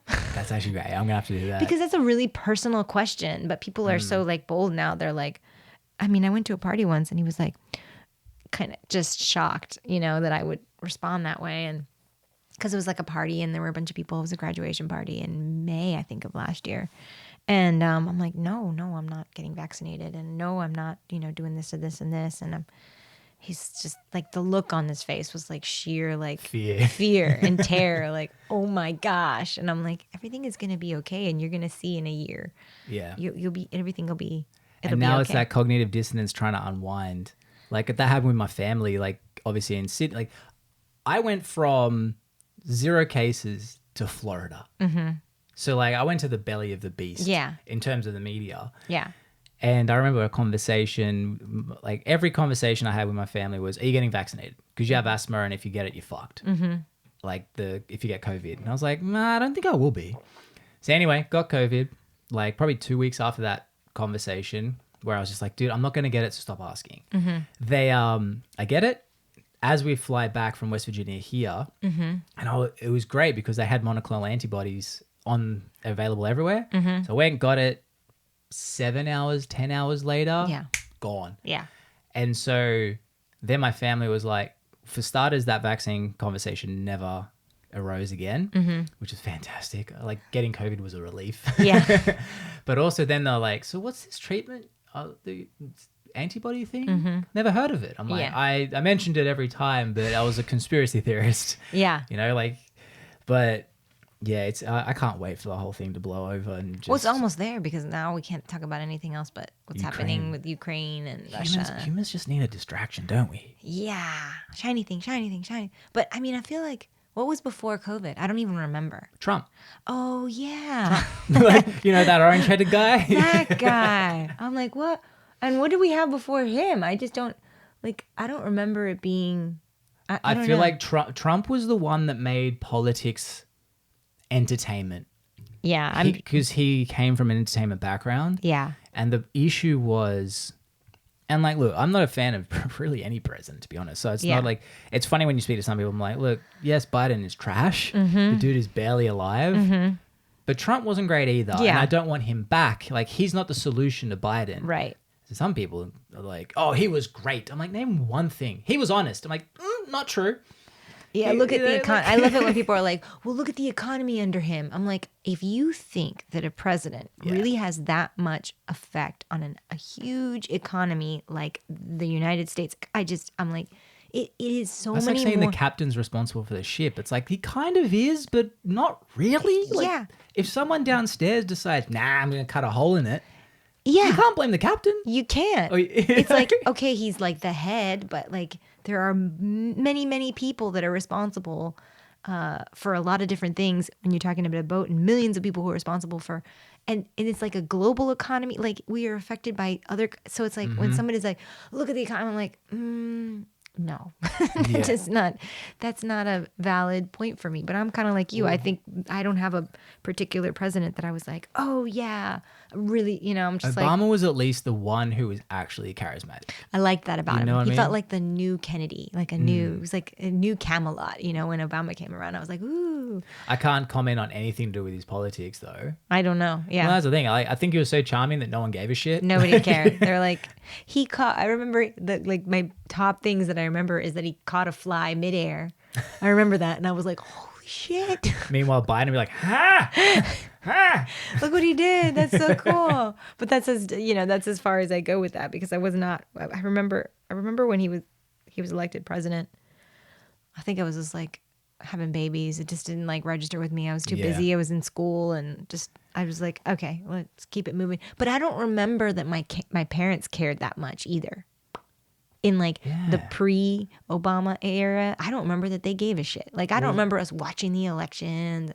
I don't remember that people cared. There was Bush. Like, do you remember there was a website called Bush Quotes? Mm-hmm. Yes. And that was fantastic. He had awesome quotes. Oh my gosh. We're still saying them to this day. There was like when the internet first started coming around 2002 and 3, that's when it was coming a bit more mainstream. I just remember there was 2 websites that I'd always go to. It was Bush Quotes and Chuck Norris Quotes. Like, so I went there recently and I was like, oh my God, these are still funny. Like Chuck Norris drove his own mum to the hospital to give birth to him. And like, Stacey's mum sent me one the other day because she knows I'm obsessed with Chuck Norris quotes. Yeah. And it's a meme and it's Chuck Norris going, stop. And then Putin going, okay. I was like, you know me so well. That's hilarious. There was one for COVID as well. It was like, Chuck Norris got COVID and now COVID's in isolation. There's some good ones for Chuck Norris. I can't remember how it, but the one that we say a lot at home is like, "Fool me once, shame on me. Wait, you can't fool me twice." It was like some quote by George Bush that was so funny when he said it, and I remember I can't remember the name of the guy on HBO. He has a show. It's like a comedy commentator show. Bill Maher. Bill Maher on HBO, and he was like, it was like halfway through Trump's presidency, and he's like, President Bush is looking good now, huh? We talked all that shit and he's looking pretty good now. And everybody's like, yeah, because I remember they trashed him. They did not like him on the left. And now on the left, they're like, you know what? We were wrong. He was not that weird. bad. He's talking out against Trump now where it's like he's going left in a way. But then you got other lefts like Tulsi Gabbard, who she's amazing. She's now considered right because she won't play the game in the left. Like it's weird. But Chuck Norris, my favorite one was Chuck Norris. What is it? He killed 2 stones with 1 bird. Oh man, like, and I was reading them in a restaurant like a few months ago. I'm crying, absolutely crying, and everyone's like, Blake's fucking lost it. It's funny. Chuck Norris quotes are funny, and President Bush quotes are funny too. I mean, both of them. They just say the most funniest things, and the memes are hilarious. There has to be a Biden quote one now. Like there has to they be a should website. come up with one. Know the thing. I think it's like one person is like, how can you count on one person to be like the end all be all of everything? All we need is someone who knows how to speak Intelligently. And not. Like one thing I did like about Trump, which is like, for example, he was honest in some things. Now, I'm not saying everything, but there were some things where it was like, I remember they were talking about some guy in Saudi Arabia who he's known for real bad shit. And Obama visited him a lot, Then it was a conversation around election time for Biden and Trump. And they asked Trump and he goes, yeah, look, it's bad for business. Yeah. Which is not what you want to hear. Yeah. But it's also true. Yeah. As much as I hate it, and I think it's very wrong morally. But he's like, if we do something about this, it's going to be bad for business. Yeah. Whereas then you got Biden, and Biden's like, yes, I will do this when I'm in president. And then he gets in president. Now he's shaking hands with him within the first week of being president. Right. It's all like the political. Well, that was a nice thing that I think that people really liked about Trump was that like he was going against the grain in a lot of ways in terms of like the political, like what you should and shouldn't do politically. I mean, I'm sure that on the right and the left, people's hair was on fire for all those 4 years. Like there is not a Republican who can look me straight in the face from that administration and be like, yeah, we weren't shitting our pants all the time because he was saying crazy shit. I know that that's got to be true. And on both sides. So it's like, I did like that he was, but at some point there was like it's like you have to play the game, right? Yeah. But I hate that there is a game, but it is a game. It proved that we'd rather be lied to. Mm-hmm. And again, like he was, I don't know, he's a comedian. Mm-hmm. Like he's the first president that had a Twitter. Yeah. Like a real Twitter following, not like the POTUS. Yeah, he was POTUS. Popular before. Nobody knew of Obama until he started running. Like he came out of left field. He was like was he even like a congressman or he was like he was out of nowhere. He was out of nowhere. Totally but left. He was wheel. Young. He was fit. Yeah. The best Trump quote though was when someone was asking him about one of the Hugh Hefner playmates, and his response is, "Safe to say, she's no longer a 10." His response. But people got so angry about it. I'm like, why? Like, it's funny. Yeah. Like, I agree. President probably shouldn't say that. That's really not, But also kind of funny. Yeah. Like, say that to your buddies later. And Biden would do Obama would get on Saturday Night Live. Mm-hmm. He would do the mic drop thing. Mm-hmm. Like, he made one guy that when Trump was running for president, everyone's like, there's no way he's getting it. Mm-hmm. My mate called it real early going, he'll get it because Obama is the first president to popularize being a president by SNL, mic drop, like doing pop culture stuff. Yes. But it's funny, as soon as we get Trump in doing that stuff, the same group that loved the fact that it was Obama and the same group that hated that Obama did that, all of a sudden their ideologies flip because their guy was in or not in office. They're like, this is great. That's what we were talking about before. That's on the right side now. So now that's on the side of good. I think we make it good versus evil. Have you noticed that? It's very much. It's the other side in us. Yeah. And so it's like, oh, well, it's good versus evil and I'm good and that's evil. And so I can do whatever I want and I can do the thing and I can talk shit when they're doing something and then when we're doing it, it's totally fine. It's like, that's why it's so Or at least it's not blank. That's a common one. Yeah, at least it's not. Yeah, I hear that too. I'm like, I don't, like, everybody is so stressed out. Stress is like the number one thing that I see with every single person that walks. Everyone I talk to, they're all stressed out. Their stress level is super high. Whether it's post-COVID stress, whether it's work stress because we're getting back to it, whether it's what's going on in the economy, whether it's stress is so high. And it's going to kill you. Stress will kill you. Yeah. You could eat and be super healthy and work out all the time. Do you know how many people I've heard of 40 years old, 45 years old, working out, running, falls, has a heart attack. People I know dies, has a heart attack. Why? Why would he have a heart attack at that age? He eats well, he works out. What is the common denominator here? It's stress, because stress creates inflammation. Inflammation creates chronic disease. Chronic disease creates all this illness. So it's like we're all stressed out, and if we would just chill the fuck out. First thing is getting off the internet. Or off the news, I think, at least. Yeah, like I said, just watch less of it. You don't know how much that consumption is like affecting you. Well, I challenged someone I know. I was like, just do 1 month, no news. Mm-hmm. Just see how it is. Mm-hmm. And they can't do it.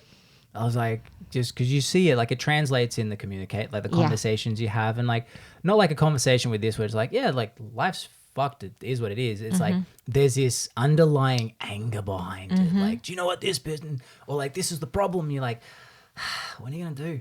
Yeah. And it sounds like we're like kind of like, it sounds like we're saying, oh, just give up and just do whatever. And it's not. We're not saying that either. But it's like, why get yourself so worked up? Why? Yeah. Why stress yourself out over things that are like really beyond your control? And just because you and your friends are pissed about it doesn't mean anything is going to happen differently. Nothing can really, that's not really going to affect a huge change. But I mean, stress, man. Yeah. Stress will kill you. It will give you a heart attack. It will cause brain damage. I mean, it will do so much to you. I had a teacher in school that was like, one of my professors who was like, no matter what you do, if they're in a state of chronic stress, you'll never, ever, no matter how many herbs or food or exercise, no matter what you throw at them, the problem will be there. So you have to address the stress first. So I talk about that with people too. And like, okay, what are you doing? What are you doing to regulate stress? What do you mean? What am I doing? What do you mean? Are you working out? Are you meditating? Are you going for walks? We live by the beach. What are you doing? What are you doing to help yourself? And it's internal. Like that's that was one lesson. So I was listening to Tony Robbins yesterday, and his thing was like, what's the one thing that people stress over? What they can change or what they can't? Statistically, it's what they can't. What I focus on most, past, present, or future, most is the past. What do they blame? What do they focus on the most? Inside themselves or outside themselves? Usually outside themselves. And I learned that lesson really young with someone real close with me, because they would, you know, they go to the hospital, they go to the doctor and they'd be like, you have a stress issue. And they'd come back and they'd be like, all right, doctor says I have stress. You have to do this. You have to do that. And I noticed, there's the dogs again. They're back in. That's when I noticed, probably at 12 to 15, I noticed consciously, but didn't change it for like probably 10 years or start changing it 10 years later. I was like, I just don't feel like that is how it goes. You know, like you have to do your, like, yes, the environment affects it. Yes. But if you're just there without taking the responsibility on yourself, which is fucking hard, by the way. Yes. Super hard. It requires a lot of breaking down that ego. You can't change anything. No. And it's, again, like when I had that weird experience with Jasper that I still can't explain. Did I tell you about that one? No. Oh, okay. Story time. Dun, dun, dun. It's like I actually got a tattoo for it, like on my arm of Jasper. Yeah. Because, so during COVID 2020, like really in the thick of it, maybe like third quarter of the year of 2020, I was going through a lot of shit with my family and couldn't really see eye to eye with them no matter what I did, to the point where like I had a psychologist to be like, look, I just need to vent it to someone, so I'm not constant, like everyone I'd speak to, because of the pain, like internal, I just vent to everyone. Yeah, you wanted to get it out in some way. And I knew that wasn't good, because like who wants to be around that guy? So I needed someone else to vent who would navigate it. And he was like, try this. I'm like, I do that already. He's try that. And like, I tried everything. It was just not possible. Stacy came across this paper, like a CIA paper called The Gateway Process from 1986. And to make a long story short, what it was this theory, and it's the theory that kind of connects with me the most now, which is there's two dimensions. And I'm not saying this is fact for anyone listening. It was more just, this kind of makes a bit of sense for me. Where I was like, you got one dimension, which is the one we're in right now when we're awake. And it's like, you know, you're limited by where you physically can go and time. You can't manipulate time. You can perceive time differently. Like, you know, when you're stressed out, time speeds up. If you're chilled or like it's a good conversation. Sorry, if you're chilled, it's time goes real fast. If you're bored, time goes real slow. Yeah, right. Like the clock doesn't change, but your perception of it does. Yeah. That's one, and I think it's the right side of your brain computes that and pulls it in. Then you got the left side of your brain, and that is more activated when the right side turns off when you go to sleep. So you know when you're asleep, like there's no limitation of time. Like if you wake up, you're like, oh fuck, I was asleep. Like I thought I was living this week or 2 weeks. 8 hours goes by like that in a dream, right? It's like, oh, it's over. But you can also live like a week in a dream. And you're like, what? And also you can jump to and from, like, again, space isn't an issue. So they call that the absolute in this CIA paper. And the thing is when you go to sleep, your brain waves drop to theta.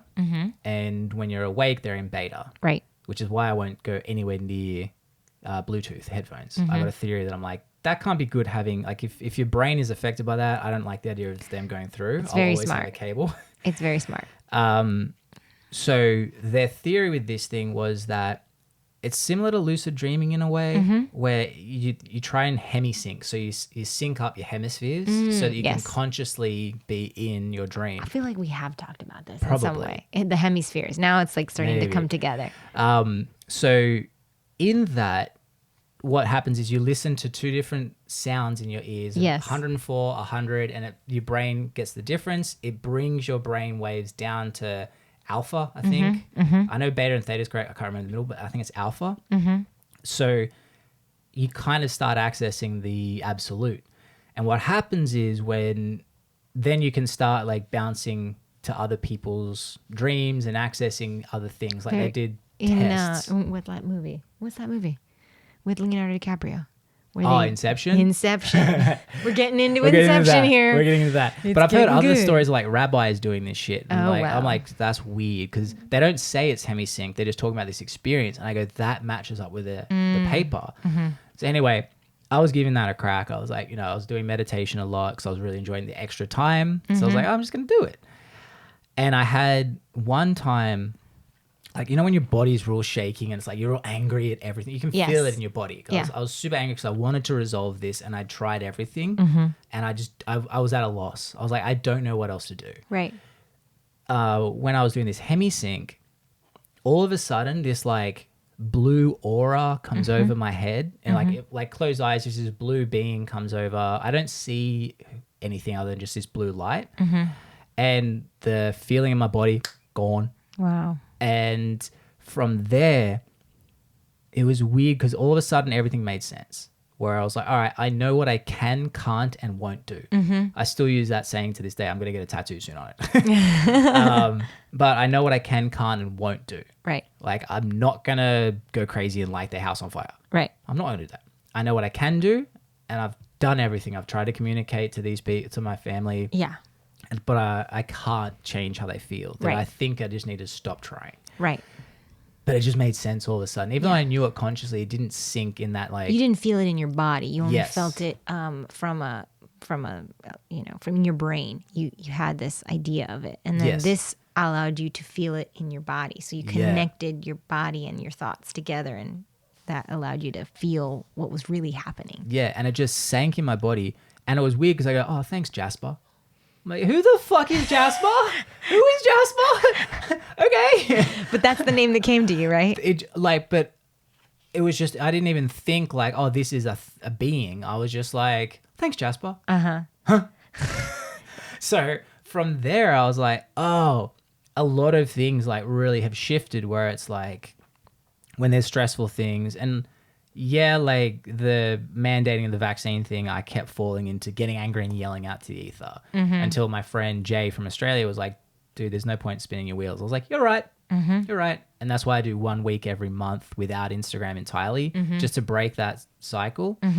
But in general, it's like know in that moment what I can, can't, and won't do. And that hemisync experience like gave me that life lesson. I can't explain it. Yeah. I always just go like, I'm not going to be like, this is the new salvation. Yeah, yeah. But that ideology of like the absolute and then this, I'm like, that makes sense. And why you have to go each time, in a nutshell, what it was saying too is like your unconscious being is always circulating between those two. So when you go to sleep, it's like it touches base with the absolute, comes back down, and it's in a way it's like a computer in a way. Like you need to recharge each time. And when you die, it's like your whatever it is goes back to the absolute and then comes back in a different meat body, I guess you could call it. Packaging? Yeah, to like to continue furthering on some things it's trying to figure out. Right. Which was, again, it's like that's the only thing that's really connected with me. I love the Bible, don't believe in God. I love everything about the Bible, which is weird. Yeah. For a non-religious person. Well, you connect with it. There's a lot of historical things in there that you might probably connect with in some way. That's like, oh, I connect with that. There's something in there that's like really that you've found a connection with. But you've had like a kind of a spiritual experience with this, or Yeah. or we don't even have to label it as a spiritual experience. We could just say you had this like transformative experience that allowed you to see things in a new way. But that's kind of like how you were able to see things is what I tell my patients. I'm like, I know that this seems like the biggest thing ever, but and this thing's like, it's like you can't get over it, but it's not. It's not. I'm here to tell you, like, this is affecting the rest of your life, but it's really cool that you found this way to sync both of these hemispheres in a way with sound, which I've been playing around with sound frequencies too. I got tuning forks. Did I tell you this? No. So I got tuning forks, and each tuning fork has like a different sound frequency. So similar theory to like the bowls that they. Similar theory to the bowls, that sound and frequency can. It's all kind of like related to what you're talking about, because you have to get to a certain frequency of sound to make those hemispheres match, right? So there's something else to it, and I don't really know the science specifically behind frequencies, but I'm kind of getting into it. Same thing with the Bluetooth. I don't want to have the Bluetooth. You ever, like, I had a Bluetooth for a little while and my ear would get hot. Like when you were using it, I'm like, this is bad. And then I got one of those like EMF readers. Those like, and it was like lit up on the cell phone, on the, like anything that was like this Wi-Fi signal, it was like hugely lit up. So I didn't want to do that. But yeah, I think that there's something to that, where this sound frequencies are very healing for the body. They're very restorative. Plus the fact that like that this all happens while you're dreaming, right? While in the dream state, and in when you're dreaming or when you're asleep is the only time that your body's really healing and recuperating, right? Your recovery always happens at night while you're asleep. So it's interesting that both of those things are happening simultaneously. Like you are recovering physically, and it's also an ability for you to recover emotionally too in dream state. So I think there's like that's a whole other, like, we could talk for like hours on that about like what it is. But I have been messing around with tuning forks and like trying to figure out, like, I have this like book that I bought on them and trying to figure out which frequencies are more healing, and just for me, not for anybody else really, but just to kind of get into a little bit more of like learning about because it's all like energy. Even our bodies, we've talked about this, how much of our bodies how much of a cell or an atom is energy, how much of it's empty. Yeah, in the there's atoms. more empty space in the universe than occupied. Right. Which is weird. So it's like, holy crap, if that's true, then this is like all just energy. Just like all of this energy, and energy is affected by sound waves and by vibration and by frequency. And so like there's a lot of science that they're trying to start to look into with like frequencies, and how specific frequencies can be healing for vision, for exhaustion, for like the body itself. So even without, like, you still should make lifestyle changes, right? You still should be eating better and doing and exercising and sleeping and drinking water. These are like basics. Get sunshine, laugh. But it's interesting. I wonder in 10 years or 15 years what we'll be doing with frequencies in order to heal the body. Like, well, that's my theory with meditation. It's like exercise 20 years ago, it was like weirdo. Now it's like, oh yeah. I wonder about meditation, because you hear a lot of super successful people talking openly about it now, that I do wonder in like 15 years, is it going to be like, oh yeah, you meditate? Like Kevin Hart's daughter, in his book, he talks about like she goes and meditates now, and she's like anywhere between 10 to 15 years old. And he's like, what the fuck? Yeah. Yeah. You know, but it's, who knows? I think as well, my theory with, or my belief with meditation is very similar to exercise. I think people use meditation as an escape, which is dangerous, versus how I use it is unpeeling all those layers to be like, so if I'm angry at something, it's like that ability to remove all distractions, so it's only my brain, by closing my eyes, not having music, nothing, and being left alone with your thoughts, and being like, okay, this thing's annoying me. Why? And then it's like, I'm not trying to control anything. It's just like, let your brain flow wherever it goes. Right. I sometimes will do the whole, like, you know, focus on something to practice focus. But the thing that's been really good for meditation for me is that limitless exploration to figure out things underneath. Like, Yeah. all right, I'm angry at Stace. Yeah. Why? Yeah. Oh, it's not even because of Stace. Right. It's because of this thing of I'm on the other side of the world trying to start my own business, simultaneously doing all these other things, and my frustration's coming out onto her. Right. It's like quiet contemplation. It's like the art of just being quiet and not having a podcast on or a music on or the TV on or an email to, just like quiet contemplation allows your mind to flow freely. I think a lot of people have trouble. I ask every one of my patients to meditate. Every single one, I'm like, I need you to meditate. And they're like, it's so hard. And I think of it like exercise. Exactly. I think of it as exercise. I'm like, the part where you're like in the middle of meditation and you start thinking about your laundry, I'm breathing. Wait, shit, did I put that laundry in the dryer? So instead of being like, oh, I'm terrible at meditating. I don't know why I'm doing this, because every time I try to meditate, I'm literally thinking about other things. Instead of doing that anymore, I put that thought on a cloud, or I ask it to gently go away, or I thank it. I'm like, oh, Oh, thanks. yeah, you're so polite in your meditation. I am very polite. I'm very gentle with myself. I'm like, oh, I will remember that. Thank you so much for reminding me. And once I do that, I sort of like, it's like, oh okay, she doesn't need that anymore. The brain's like, I guess she doesn't need us to be on top of her. So it's like the practice of going out of meditation and coming back in is the point. Yeah. Like you should be thinking about other things and then come back to your meditation. And in that practice, you train your brain to stay in one place and consistently focus on just being present and in the moment. Or you do quiet contemplation like you talked about. I love that. Have you ever been in a car ride by yourself? No music, just quiet. Yeah. And the hours just like fly by because you're in quiet contemplation.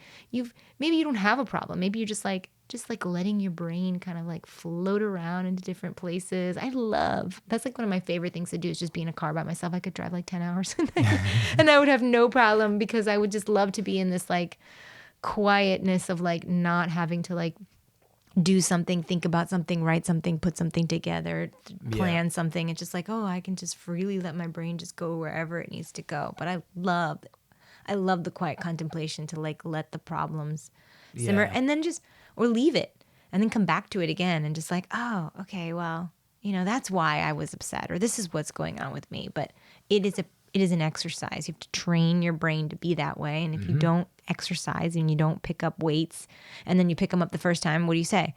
This is hard. This is hard. These 2 pounds are heavy. This is really, really hard. Or I'm sore, or that didn't really work. Or people feel like they're a failure. This is what, and you've probably seen this in people who work out and then they quit. That whole feeling of like, I don't want to feel like a failure, so I don't want to sign up for something that I really don't think I can stick to. Quit before you can. Quit before you quit, basically. And I'm like, okay, well, that's like really like a really bad way of thinking of things, because then you're never going to really do the things that you could or should or would want to do because you can't get there because you have this limiting belief about what's possible. I'm like, so you were on your protocol and you ate like shit. You made a mistake. And people think that I'm going to like come down on them hard. I'm like, no, I want you to just accept and forgive yourself for doing that and let it go. They're like, what? Well, it's all that this thing. progress It's I getting made. stuck in that past as well. Like, oh, I could have, or I should have, or I failed. This micro failure. It's like, again, it's like now from in the past, I can't change shit, so I can focus on that. I wonder why people hide from failure, because I mean, I've been guilty of it in the past too. One thing I found real good for me is I tell people a lot. So like when I was doing your videos, for example, there's a 10-day guarantee. That's more for me than the customer. Yeah. Obviously, it makes the customer feel better. Yeah. But if I go to you, hey, I will guarantee you get bump in 10 business days, I'm like, fuck, now I got to do it. And it forces me to get the thing accomplished. Yeah. Which again stops me from frustrating a client. Right.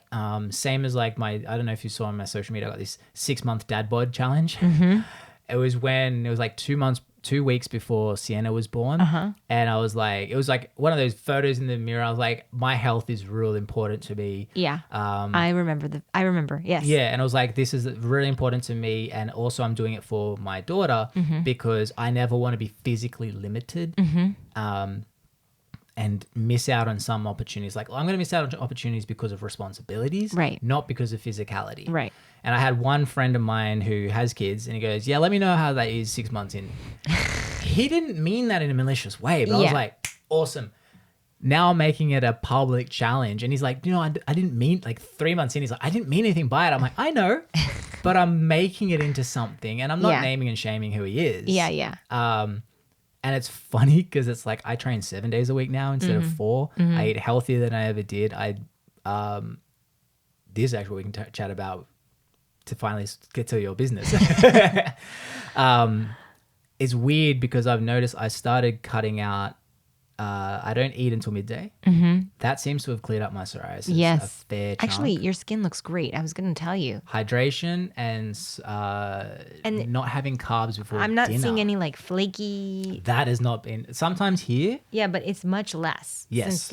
Since I've known you. You should have seen Australia. Yeah. Sometimes they're real bad. Yeah.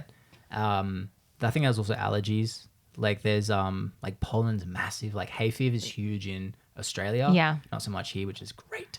I mean, we have a little bit of pollen, and it kind of, with the humidity, it kind of comes down, but it's so much less than in other places. It's like, this is probably, and we talked about intermittent fasting and how good it can be for, what is it? I just recently had a patient who has rheumatoid arthritis. So you think psoriasis and you think arthritis, and what do they have to do with each other? They are both inflammatory conditions. Yeah. It's just that one inflammation is seen on your face, and another inflammation is you feel it in the joints. So they actually, arthritis and psoriasis are very closely related in terms of like mechanically what they do. Interesting. It's just that your body has this disposition for skin, and this other person's body has a disposition for it being in the joints of the body. And so we were talking about, would you be up for intermittent fasting? Because it's really, there's a lot of studies that show that for RA and for inflammatory conditions, intermittent fasting really reduces the cytokines that are created in the body when you eat foods. And so, and she's noticed some really great results, but that's kind of the science behind it, that there is a relation with inflammation when it comes to psoriasis and when it comes to arthritis and how it affects the body. Everybody's just different. So everybody's got inflammation kind of showing up in different ways. But anything on the skin, I usually look, is it inflammation or is there something going on in the gut? You eat well, you exercise. There's nothing going on really that I can see in the gut that could be an issue. So it's got to be that there's this inflammatory response, probably genetic or maybe not.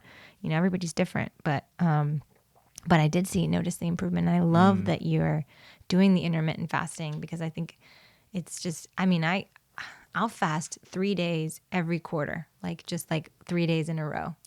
I've done 2. That was tough. Now, I didn't totally like fast where I was just drinking water. I just juice fast. And I've juice fasted up to like 6 days. But that was like so hard that I was like, you know what? I can do 3 days every quarter. I'll just do it. And so I do a detox every single beginning of the quarter. I know we talked about this before. Yeah. I've mentioned it before. And I just feel so good on those 3 days, especially if I meditate while I'm doing it. If I meditate 3 times a day while I'm fasting, holy crap. Like I got to day 3 and I didn't even care. I was like, I could do this for 3 more days. Like it was fine. If I don't meditate, if I'm not like synced up, I'm hungry on day 1. Yeah. But I remember walking the dog being like, oh shit, it's day 3. I can eat tomorrow. Like, oh my gosh, exciting for me.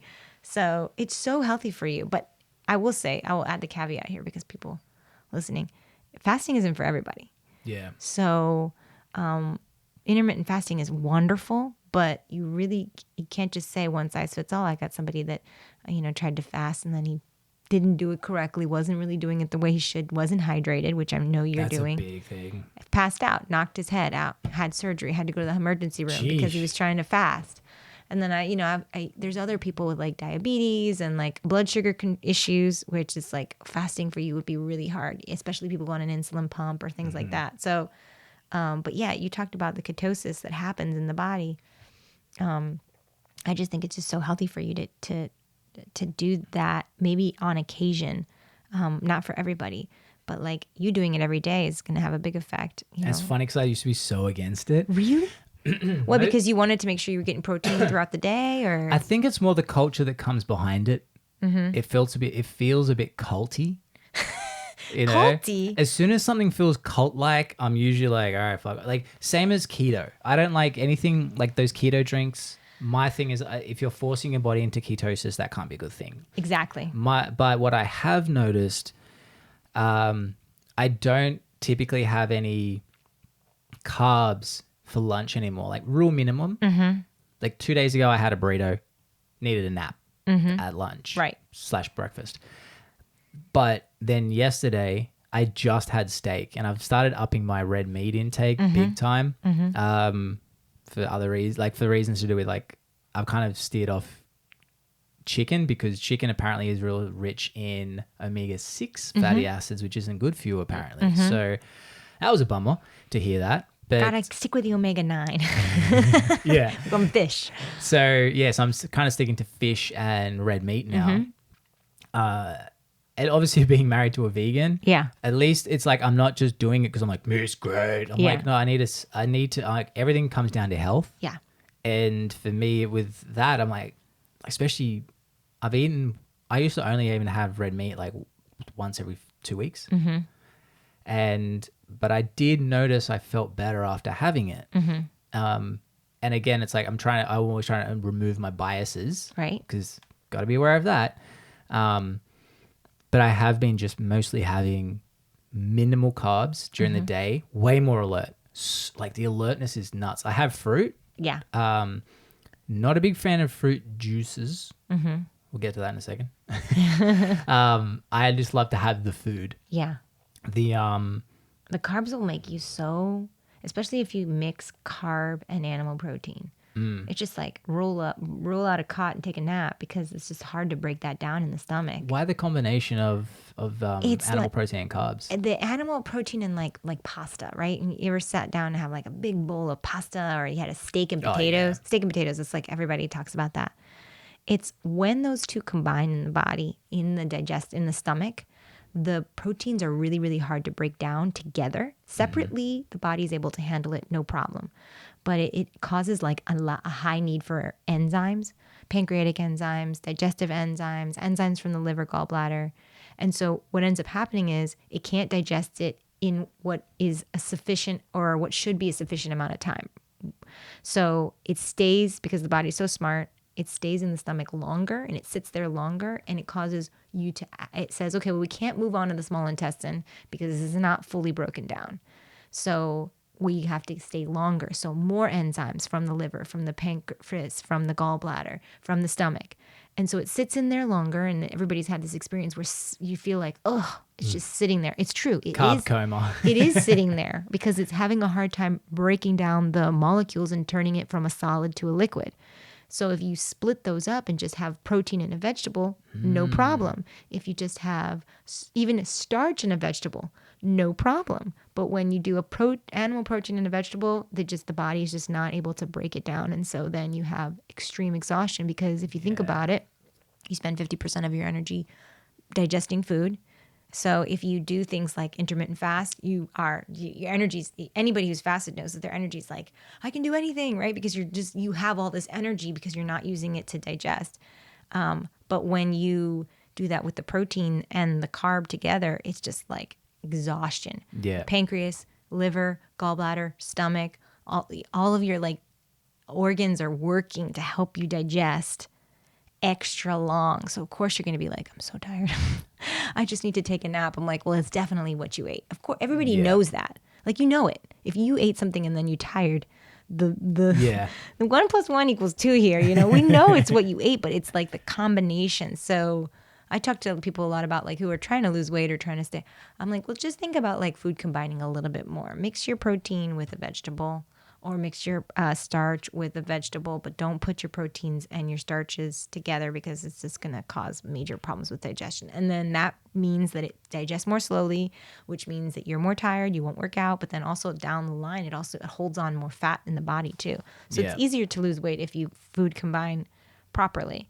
But yeah, that's what I meant when we were talking about ketosis. But I don't really love the keto diet. Yeah.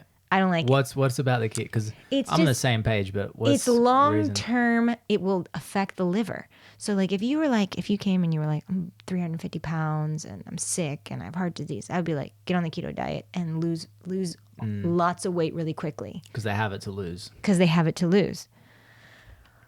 And they need it. It's almost like it's sort of like a triage situation. Like what's better? But all of that long term, diet will affect the liver and the gallbladder pretty intensely. So that's why I'm like, if you need it because you're really heavy, do it. If you don't, like, do it the regular way because the liver is the only organ in the body that self-regenerates because it is so important. It's so important that the body was like, oh, we better make sure this organ can do more and can heal itself. So it's involved in everything. People don't realize they think, oh, it's alcohol.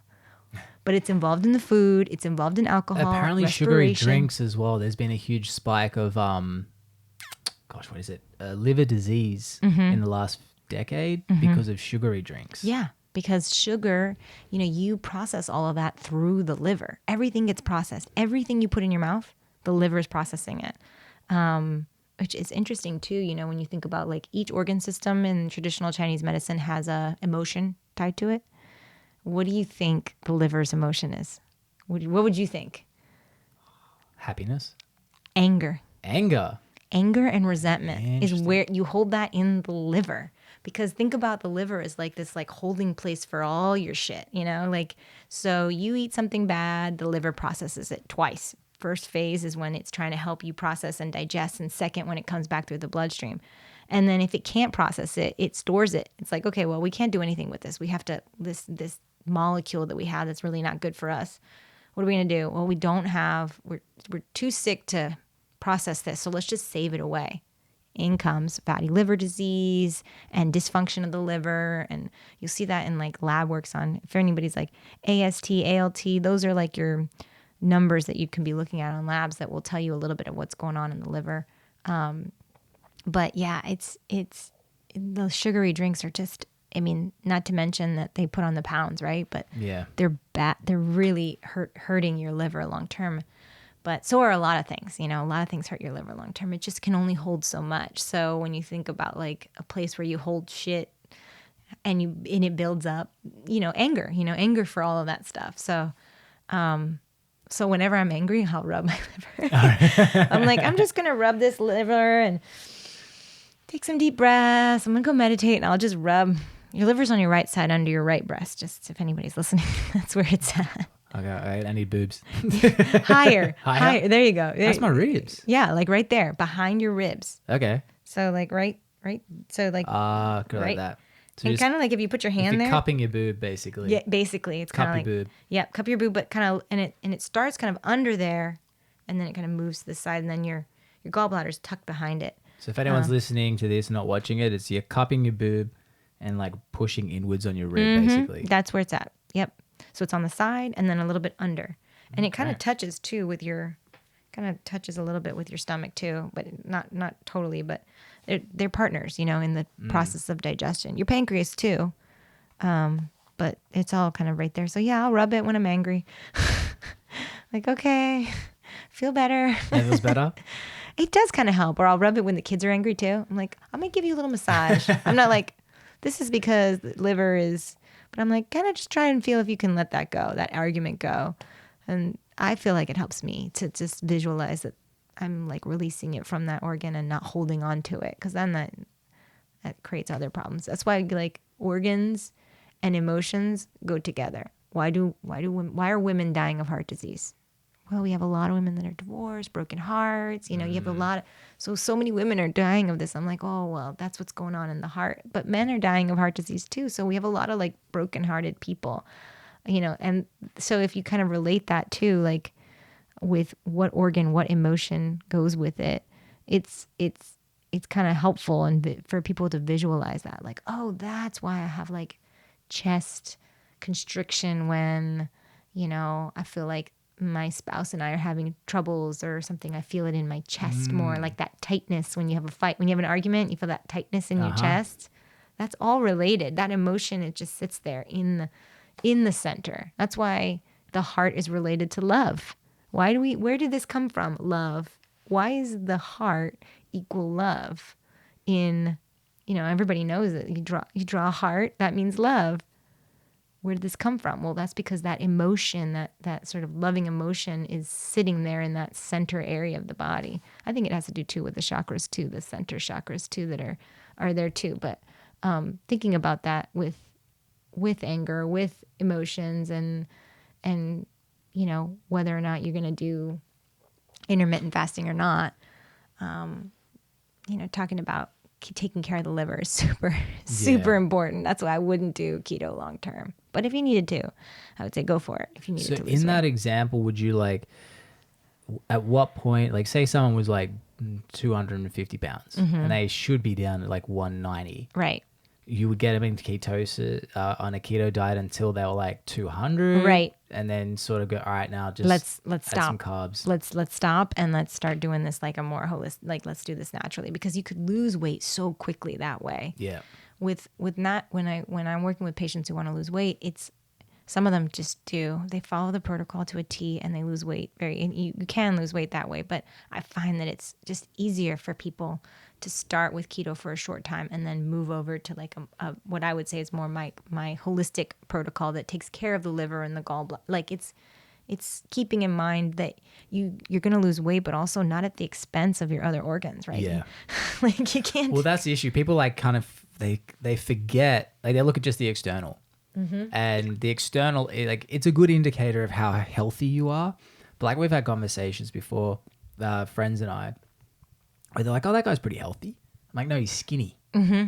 Two different things. So different. Guy needs more sunlight. He's skinny, but he's skinny soft. Mm-hmm. I hate the skinny fat, the skinny soft. Mm-hmm. But again, in a push fight, dude's falling over. Right. That's not really healthy. Mm-hmm.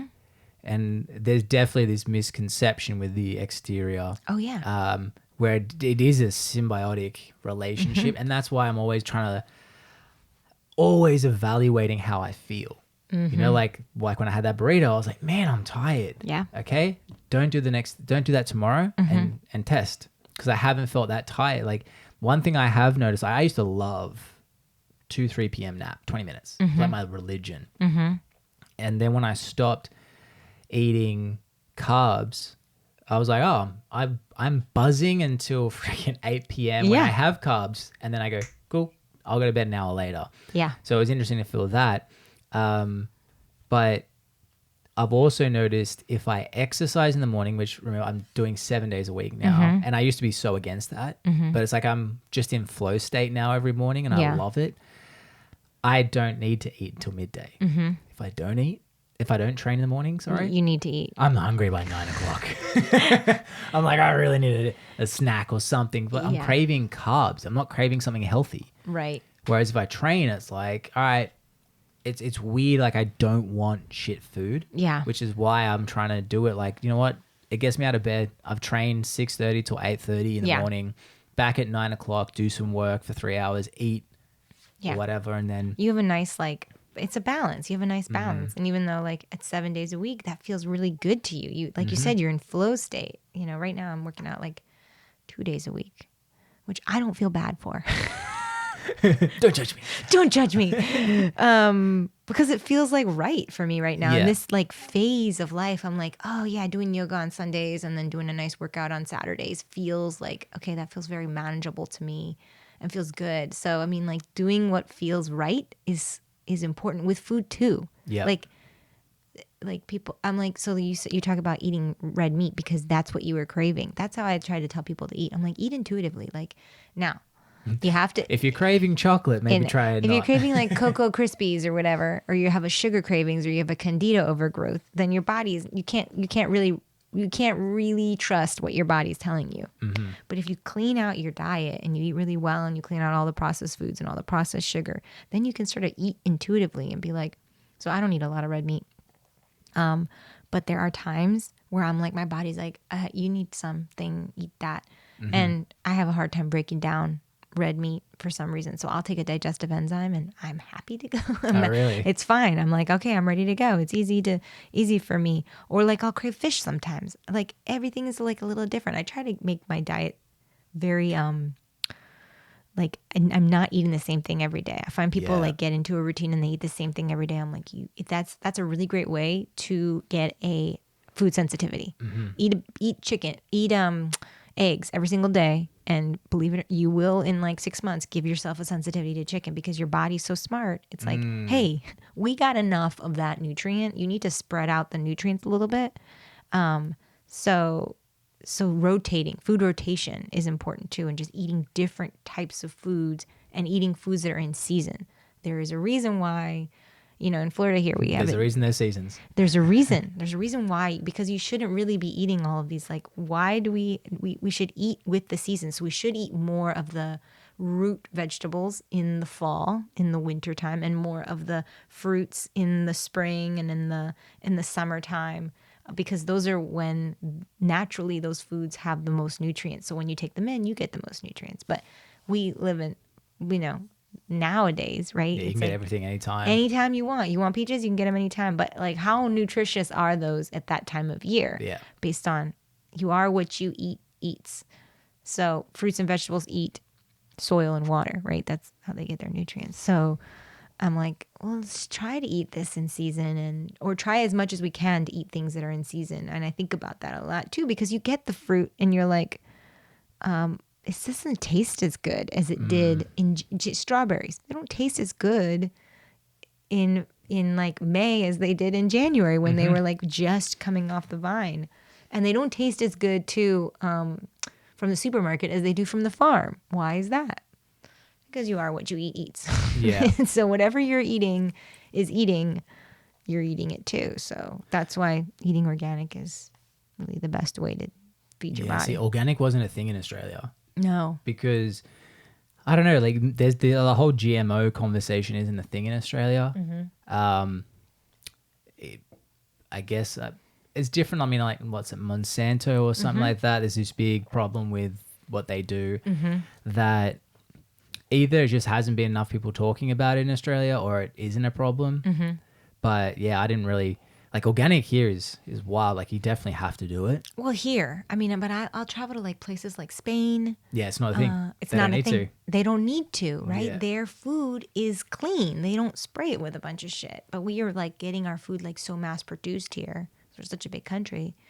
And we get it from all over and it's sprayed with all kinds of stuff, specifically glyphosates, which is Roundup. And where does that sit and live? It's in the liver. Freaking liver. It's in the liver. It's just there. It's sitting there waiting, like, how do I get rid of this? And then it comes out through the skin. Then I see people having skin problems too because they're trying to detoxify. So whenever I do a detox with somebody, I'm like, hey, just so you know, whatever breakouts you had before, you're about to really break out now.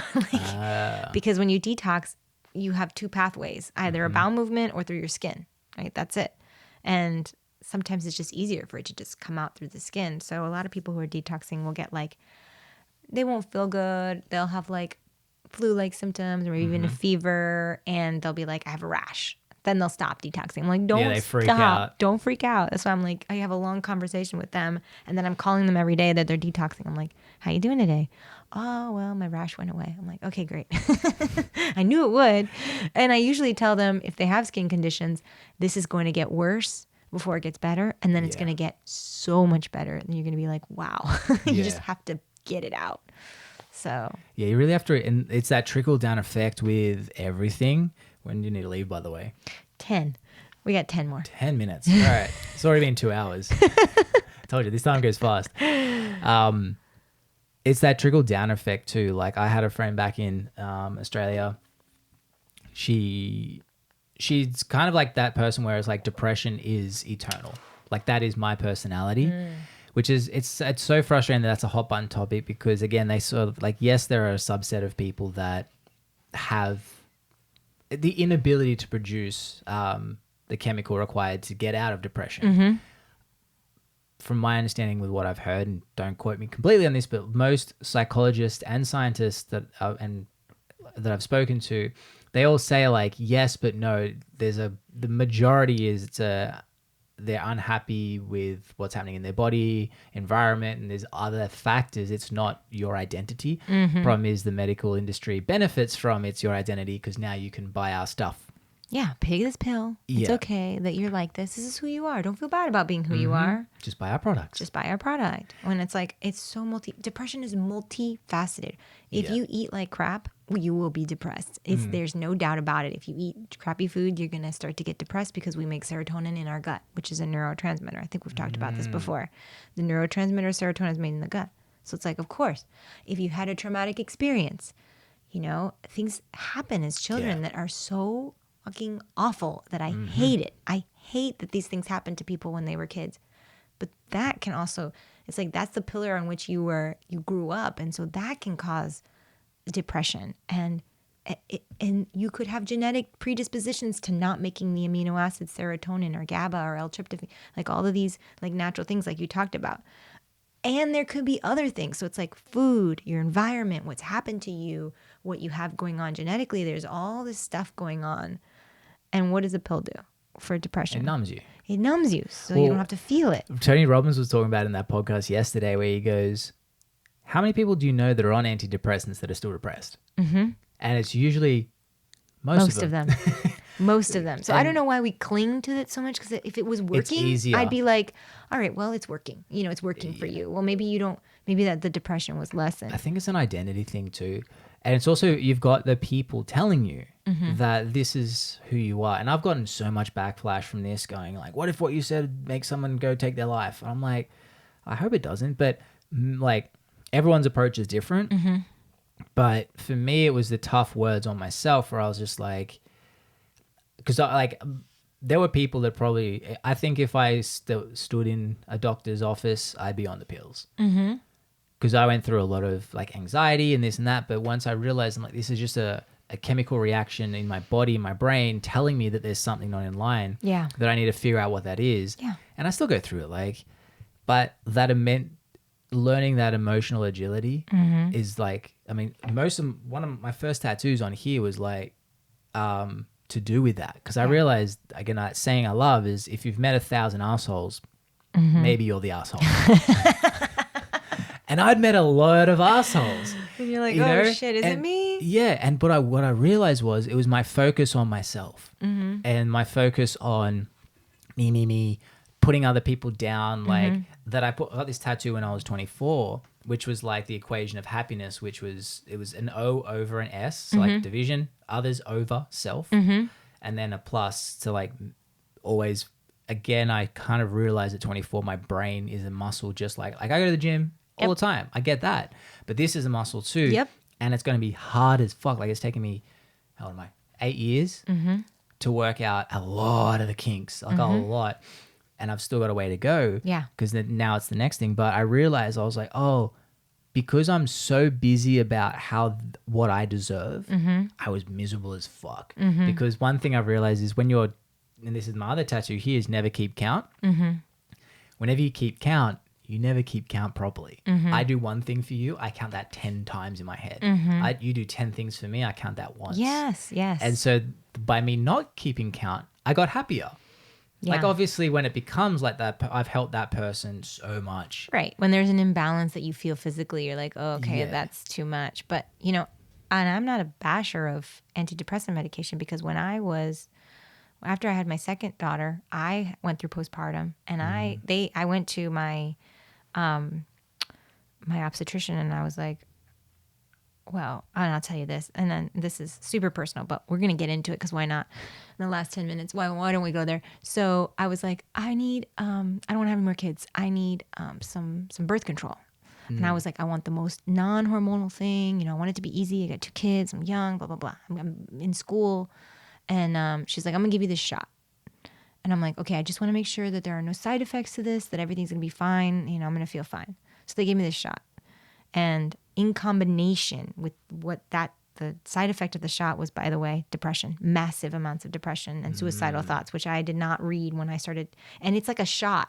So it's like So you asked her if there was side effects. She said no, but that was on the pamphlet. But that was on the pamphlet. But I'd already gotten the shot while I was in the office. So then 4 weeks later, I am like super depressed. And my Yeah. family's like, we don't know what to do with you. So I get on Xanax. I go back to her, and what does she prescribe to me? Oh, well, let's put you on Xanax because you have postpartum depression. Yes. Did I have some postpartum depression? I think I did. Was some of this caused by this shot? Absolutely. Exacerbated. Absolutely. Was it like intensified by the fact that this shot, what the hormones were doing? So yeah, the Xanax got me through like a 3-month period where I was like very, very low. And then I just was like, okay, everything's gonna be okay. I started to just meditate more and go for walks and drink more water and take care of my body and started to make my own serotonin. But it got me through this like 3-month patch. But I felt very numb. I felt not good and not bad, just nothing. Like I was like, and for a little while to help me through, I was like, okay, this is okay. If knowing now what I know, if I could do it again, I would do things a totally different way. But looking back, I'm happy with how everything went out because that experience what was important is I needed to have that experience. Yeah. I needed to get that shot and I needed to feel that depression and I needed to take all of that was important and it has all helped me to be more empathetic when someone sits in my office and they're like, I got 3 kids and I'm sad. And I should be really happy because I've been struggling with fertility for 10 years and I finally have everything I want. It makes me more like, okay, let me sit down. Let me really be empathetic to what this person is telling me because I've been not in the exact shoes, but like to feel that kind of depression. Like I've been there. So I'm like, I know what that feels like to be like, I don't want to get out of bed. I just want to lay here, pull the covers over my head and hope to God this day just kind of blends into the next day. So I'm grateful for that experience, as hard as it was and as terrible as it was. And I think back, I'm like, oh, that was so hard. Such a hard period of time. And it lasted a while. I'm not going to say like I got off the antidepressants and then I was like happy-go-lucky. No, it took me like another year to like work through that and feel that. But I was finally feeling, I wasn't feeling numb. I was like, okay, well, I'm going to feel what I feel and that's just going to be what it is. So, but I'm grateful. I'm grateful for that really hard time. And it's really hard to, it's easy to say that now, but I think back and I'm like, oh my God, thank God I went through that shit. Mm-hmm. Thank God I was in the bottom of the low because now I have this, I came out of it. And so if I came out of it, you can come out of it too. Like everybody, no, I'm not special. That's what I tell people all the time. I'm like, I'm not special, which means I don't have any magic powers, which means that if I did it, then you can do it too. That's what I love about health and wellness and stuff like that. There's nothing extraordinary. Some people are just really smart and they're special that way. Well, when it comes to like taking care of your body, you can just do the right things each day, little by little, and you'll feel better. But I do have a lot of compassion for people who are depressed because it's just hard to see past. It's hard to have any like perspective. You actually have no perspective. Imagine yourself in a hole. And all you see around you is darkness. And that's all you see. You're like, oh, well, maybe there's a light like way, way, way far, but there's no rope in that hole.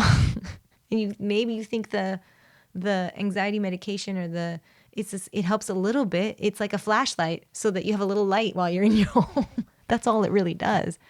It's actually doing the work is going to help you to climb out of it. And that process of doing that is important for people. Like it's important to have that happen so you can find your way out. And once you've found your way out, you are so much stronger as a person, right? Wouldn't you say that like your hardships were like your most aha moments, like that moment you had when you were like trying to figure out with the family and then you kind of you found it, right? And then you're like, this is profound. This has changed me in a big way. That's the funny thing now is like, I guess, and this is the tricky thing with young people versus like when you're in your 30s. Mm-hmm. It's like, you haven't had enough hard times to understand. The best saying is like, this too shall pass. If times are great, this will pass. If times are bad, this will pass. That it's like, I think once, especially after moving to America and the craziness that whole story was, now when shit starts going nuts, I don't get angry. I don't get annoyed. I'm like, this will pass. You just got to figure it out.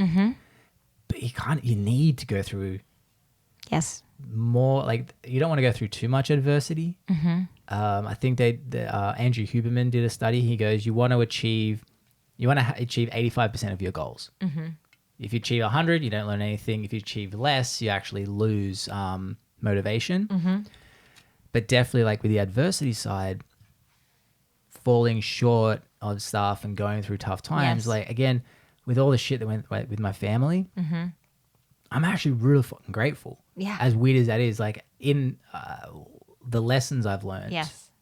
I did a list on the top of my head of things I learned. I probably wrote 28 points of like most of them, like I said, tattooed on my arm. Yeah. You're like, I'm not going to forget this. So I'm going to tattoo it on my body. Yeah. And don't get me wrong, like there's things that I look back and I'm like, fuck, where would I be now if I didn't have those problems? Because like those problems created inhibitions that stopped me from getting. Right. So it inhibited me from getting places. Right. But again, it's like, fuck, I'm still alive. Yeah, I and mean, maybe it could be worse. if you'd gotten there, you wouldn't have appreciated it, right? That if you'd gotten there that easy, you wouldn't have I'm like, if it's too easy, that's why I say all the time to my kids, I'm like, I can't make this too easy on you. Like, this is not, I can't, because like you need to experience falling out with a friend, and and they're like, can you help me? I'm like, no, this is important.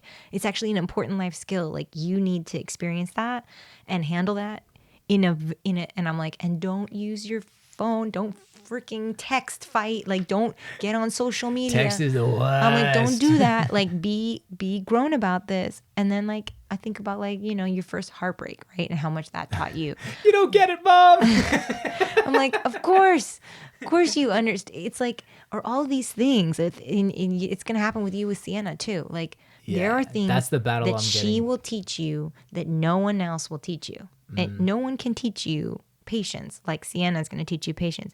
And it's not now, maybe, later on in time or at some point. It doesn't have to be like, people are always like, oh, teenage years. And by the way, I'm in them and they suck. But but it doesn't have to be then. It could be at other times. She could be a great teenager. That's what I'm hoping for. I hate it when people are like, oh, just wait till they're teenagers. I'm like, stop saying that. I can't know. That is my biggest pet peeve. And we've been so lucky with Sienna. Yeah. I'll wrap it up for you. Yeah. I've been so lucky with Sienna. No one goes to me like, wait till she's this old. Like, can I just enjoy this moment? Yeah. Like stop doomsdaying me for like she's 3 months. Oh, wait till she starts teething. All right, now she's there. It's not that bad. Oh, wait till she starts walking. Okay, when I get to that point, what you're gonna be like, wait till she's 3. Like, yeah, can I just enjoy? They do that all the time. But when you have girls specifically, and when they're teenage girls, you'll see that people are like, when I tell people how old they are, they're like, oh, I'm like, stop saying that. Stop doing that. That's scary. Why would you do that to me? Yeah. Why are you doing this? Like, that's going to be my tough thing is like, it's that trick of, I know with my being parented, my mum and my dad really loved me. Problem was the way I perceived it. They probably perceived it differently. Yeah. The way I perceived it was they didn't let me just go and fuck up. Yeah. Because they had their best intentions. I'm someone who I go and fuck up a lot. Yeah. So that's going to be the hard thing because I'm already thinking forward when Sienna's 15. Hey, Dad, I want to go out and hang out with so-and-so at the mall. I'm be like, ha! Well, but yeah, you want them to fuck up, but you don't want it to be too bad of a fuck up, right? You don't want it to be like, and that's the thing, you can't control that. Though. Teen pregnancy or like, they get into a car accident because they didn't put their seatbelt on. And I'm just like, so you just hope to God that they fuck up and it's just not so terrible. That's the thing. That's the hope. But I mean, I wish people would just be like, every stage is awesome and you'll learn new things. And just because Sienna teaches you things. Challenge. Yeah. It's a challenge. That's all it is. I hate the word hard. This is hard. I go, this is a challenge. I used to do that with personal training. Like, this is hard. I'm like, no, it's challenging. And I'd always try and reword that word. Yeah. Because when I'm struggling with something, I'm like, fuck, this is challenging. Yeah. Like, I almost saw myself like it's hard, challenging. Like I have to redo it. So I'm like, a challenge has an outcome. Yeah. Hard is there's a wall. Hard is like you're the martyr. Oh, poor me. It's so hard, and this is so hard, and like that's like the story you tell yourself. Yeah. Like if you say this is a challenge, that means like, oh, that's something that I can. It's achievable. If something's hard, it's like, oh well, it's probably not achievable for me, but. I love that it's a challenge. I think of stress as like a challenge that you've decided to perceive is going to stop you from doing something. It's just another challenge when you think of stress that way. Yeah. This is just a challenge that you've decided to perceive in this way. Let's reformulate. Let's rethink about this. This isn't going to be, like you said, this isn't forever. This is temporary. She's only this age. She's only teething for a little while, even if it is hard. They're only teenagers for a little while. I'm trying to enjoy it. Like I'm also lucky. Like Stace does most of the looking after, so don't take my point of view as an accurate description. You know what? There's a place for fathers and a place for mothers, and there's like it's like you've got something too that, and I think about that with my husband too. I'm like, there's something that he provides that I can never provide. Yeah. And it's really important for them. And sometimes he's like harder on them than I am. He like raises the bar a little more than I would. I'm more like, let me give you a hug. He's like, do not coddle them after I talked sternly to them about their bedrooms being dirty and the trash not being taken out. And I'm like, but it's important. Yeah, like, you need that dichotomy, if that's the right word. It is. It's a perfect word. You need the balance of like hard, soft, sweet, sour. And I'm not always the sweet one. Sometimes I'm the one yelling, me caso yo. to bring things full circle as we close. That's awesome. Well, where can people find you on the socials? Okay, so on Facebook, it's just MyNaturoWellness. It's NATURO wellness, like naturopath. And same thing on what's the other one? Instagram. Facebook. Same thing on YouTube. Did I say in this show that I don't do much on social? I do. I am on there, but she'll respond to the DMs if you get it. I will. Yeah. So My Natural Wellness on Instagram and Facebook, and then if you want to email me, it's Dr. Michelle Michelle at MyNaturalWellness.com. So, perfect. And I'll have that in the descriptions of wherever this is. So thanks. Thank you very much. That was You're fun. welcome. That was fun. I told you 2 hours and 20 minutes. Wow. That went by fast. Why? Because we were having fun. Bye, everybody. Bye. Oh, that was fun. Right? Sorry, my phone was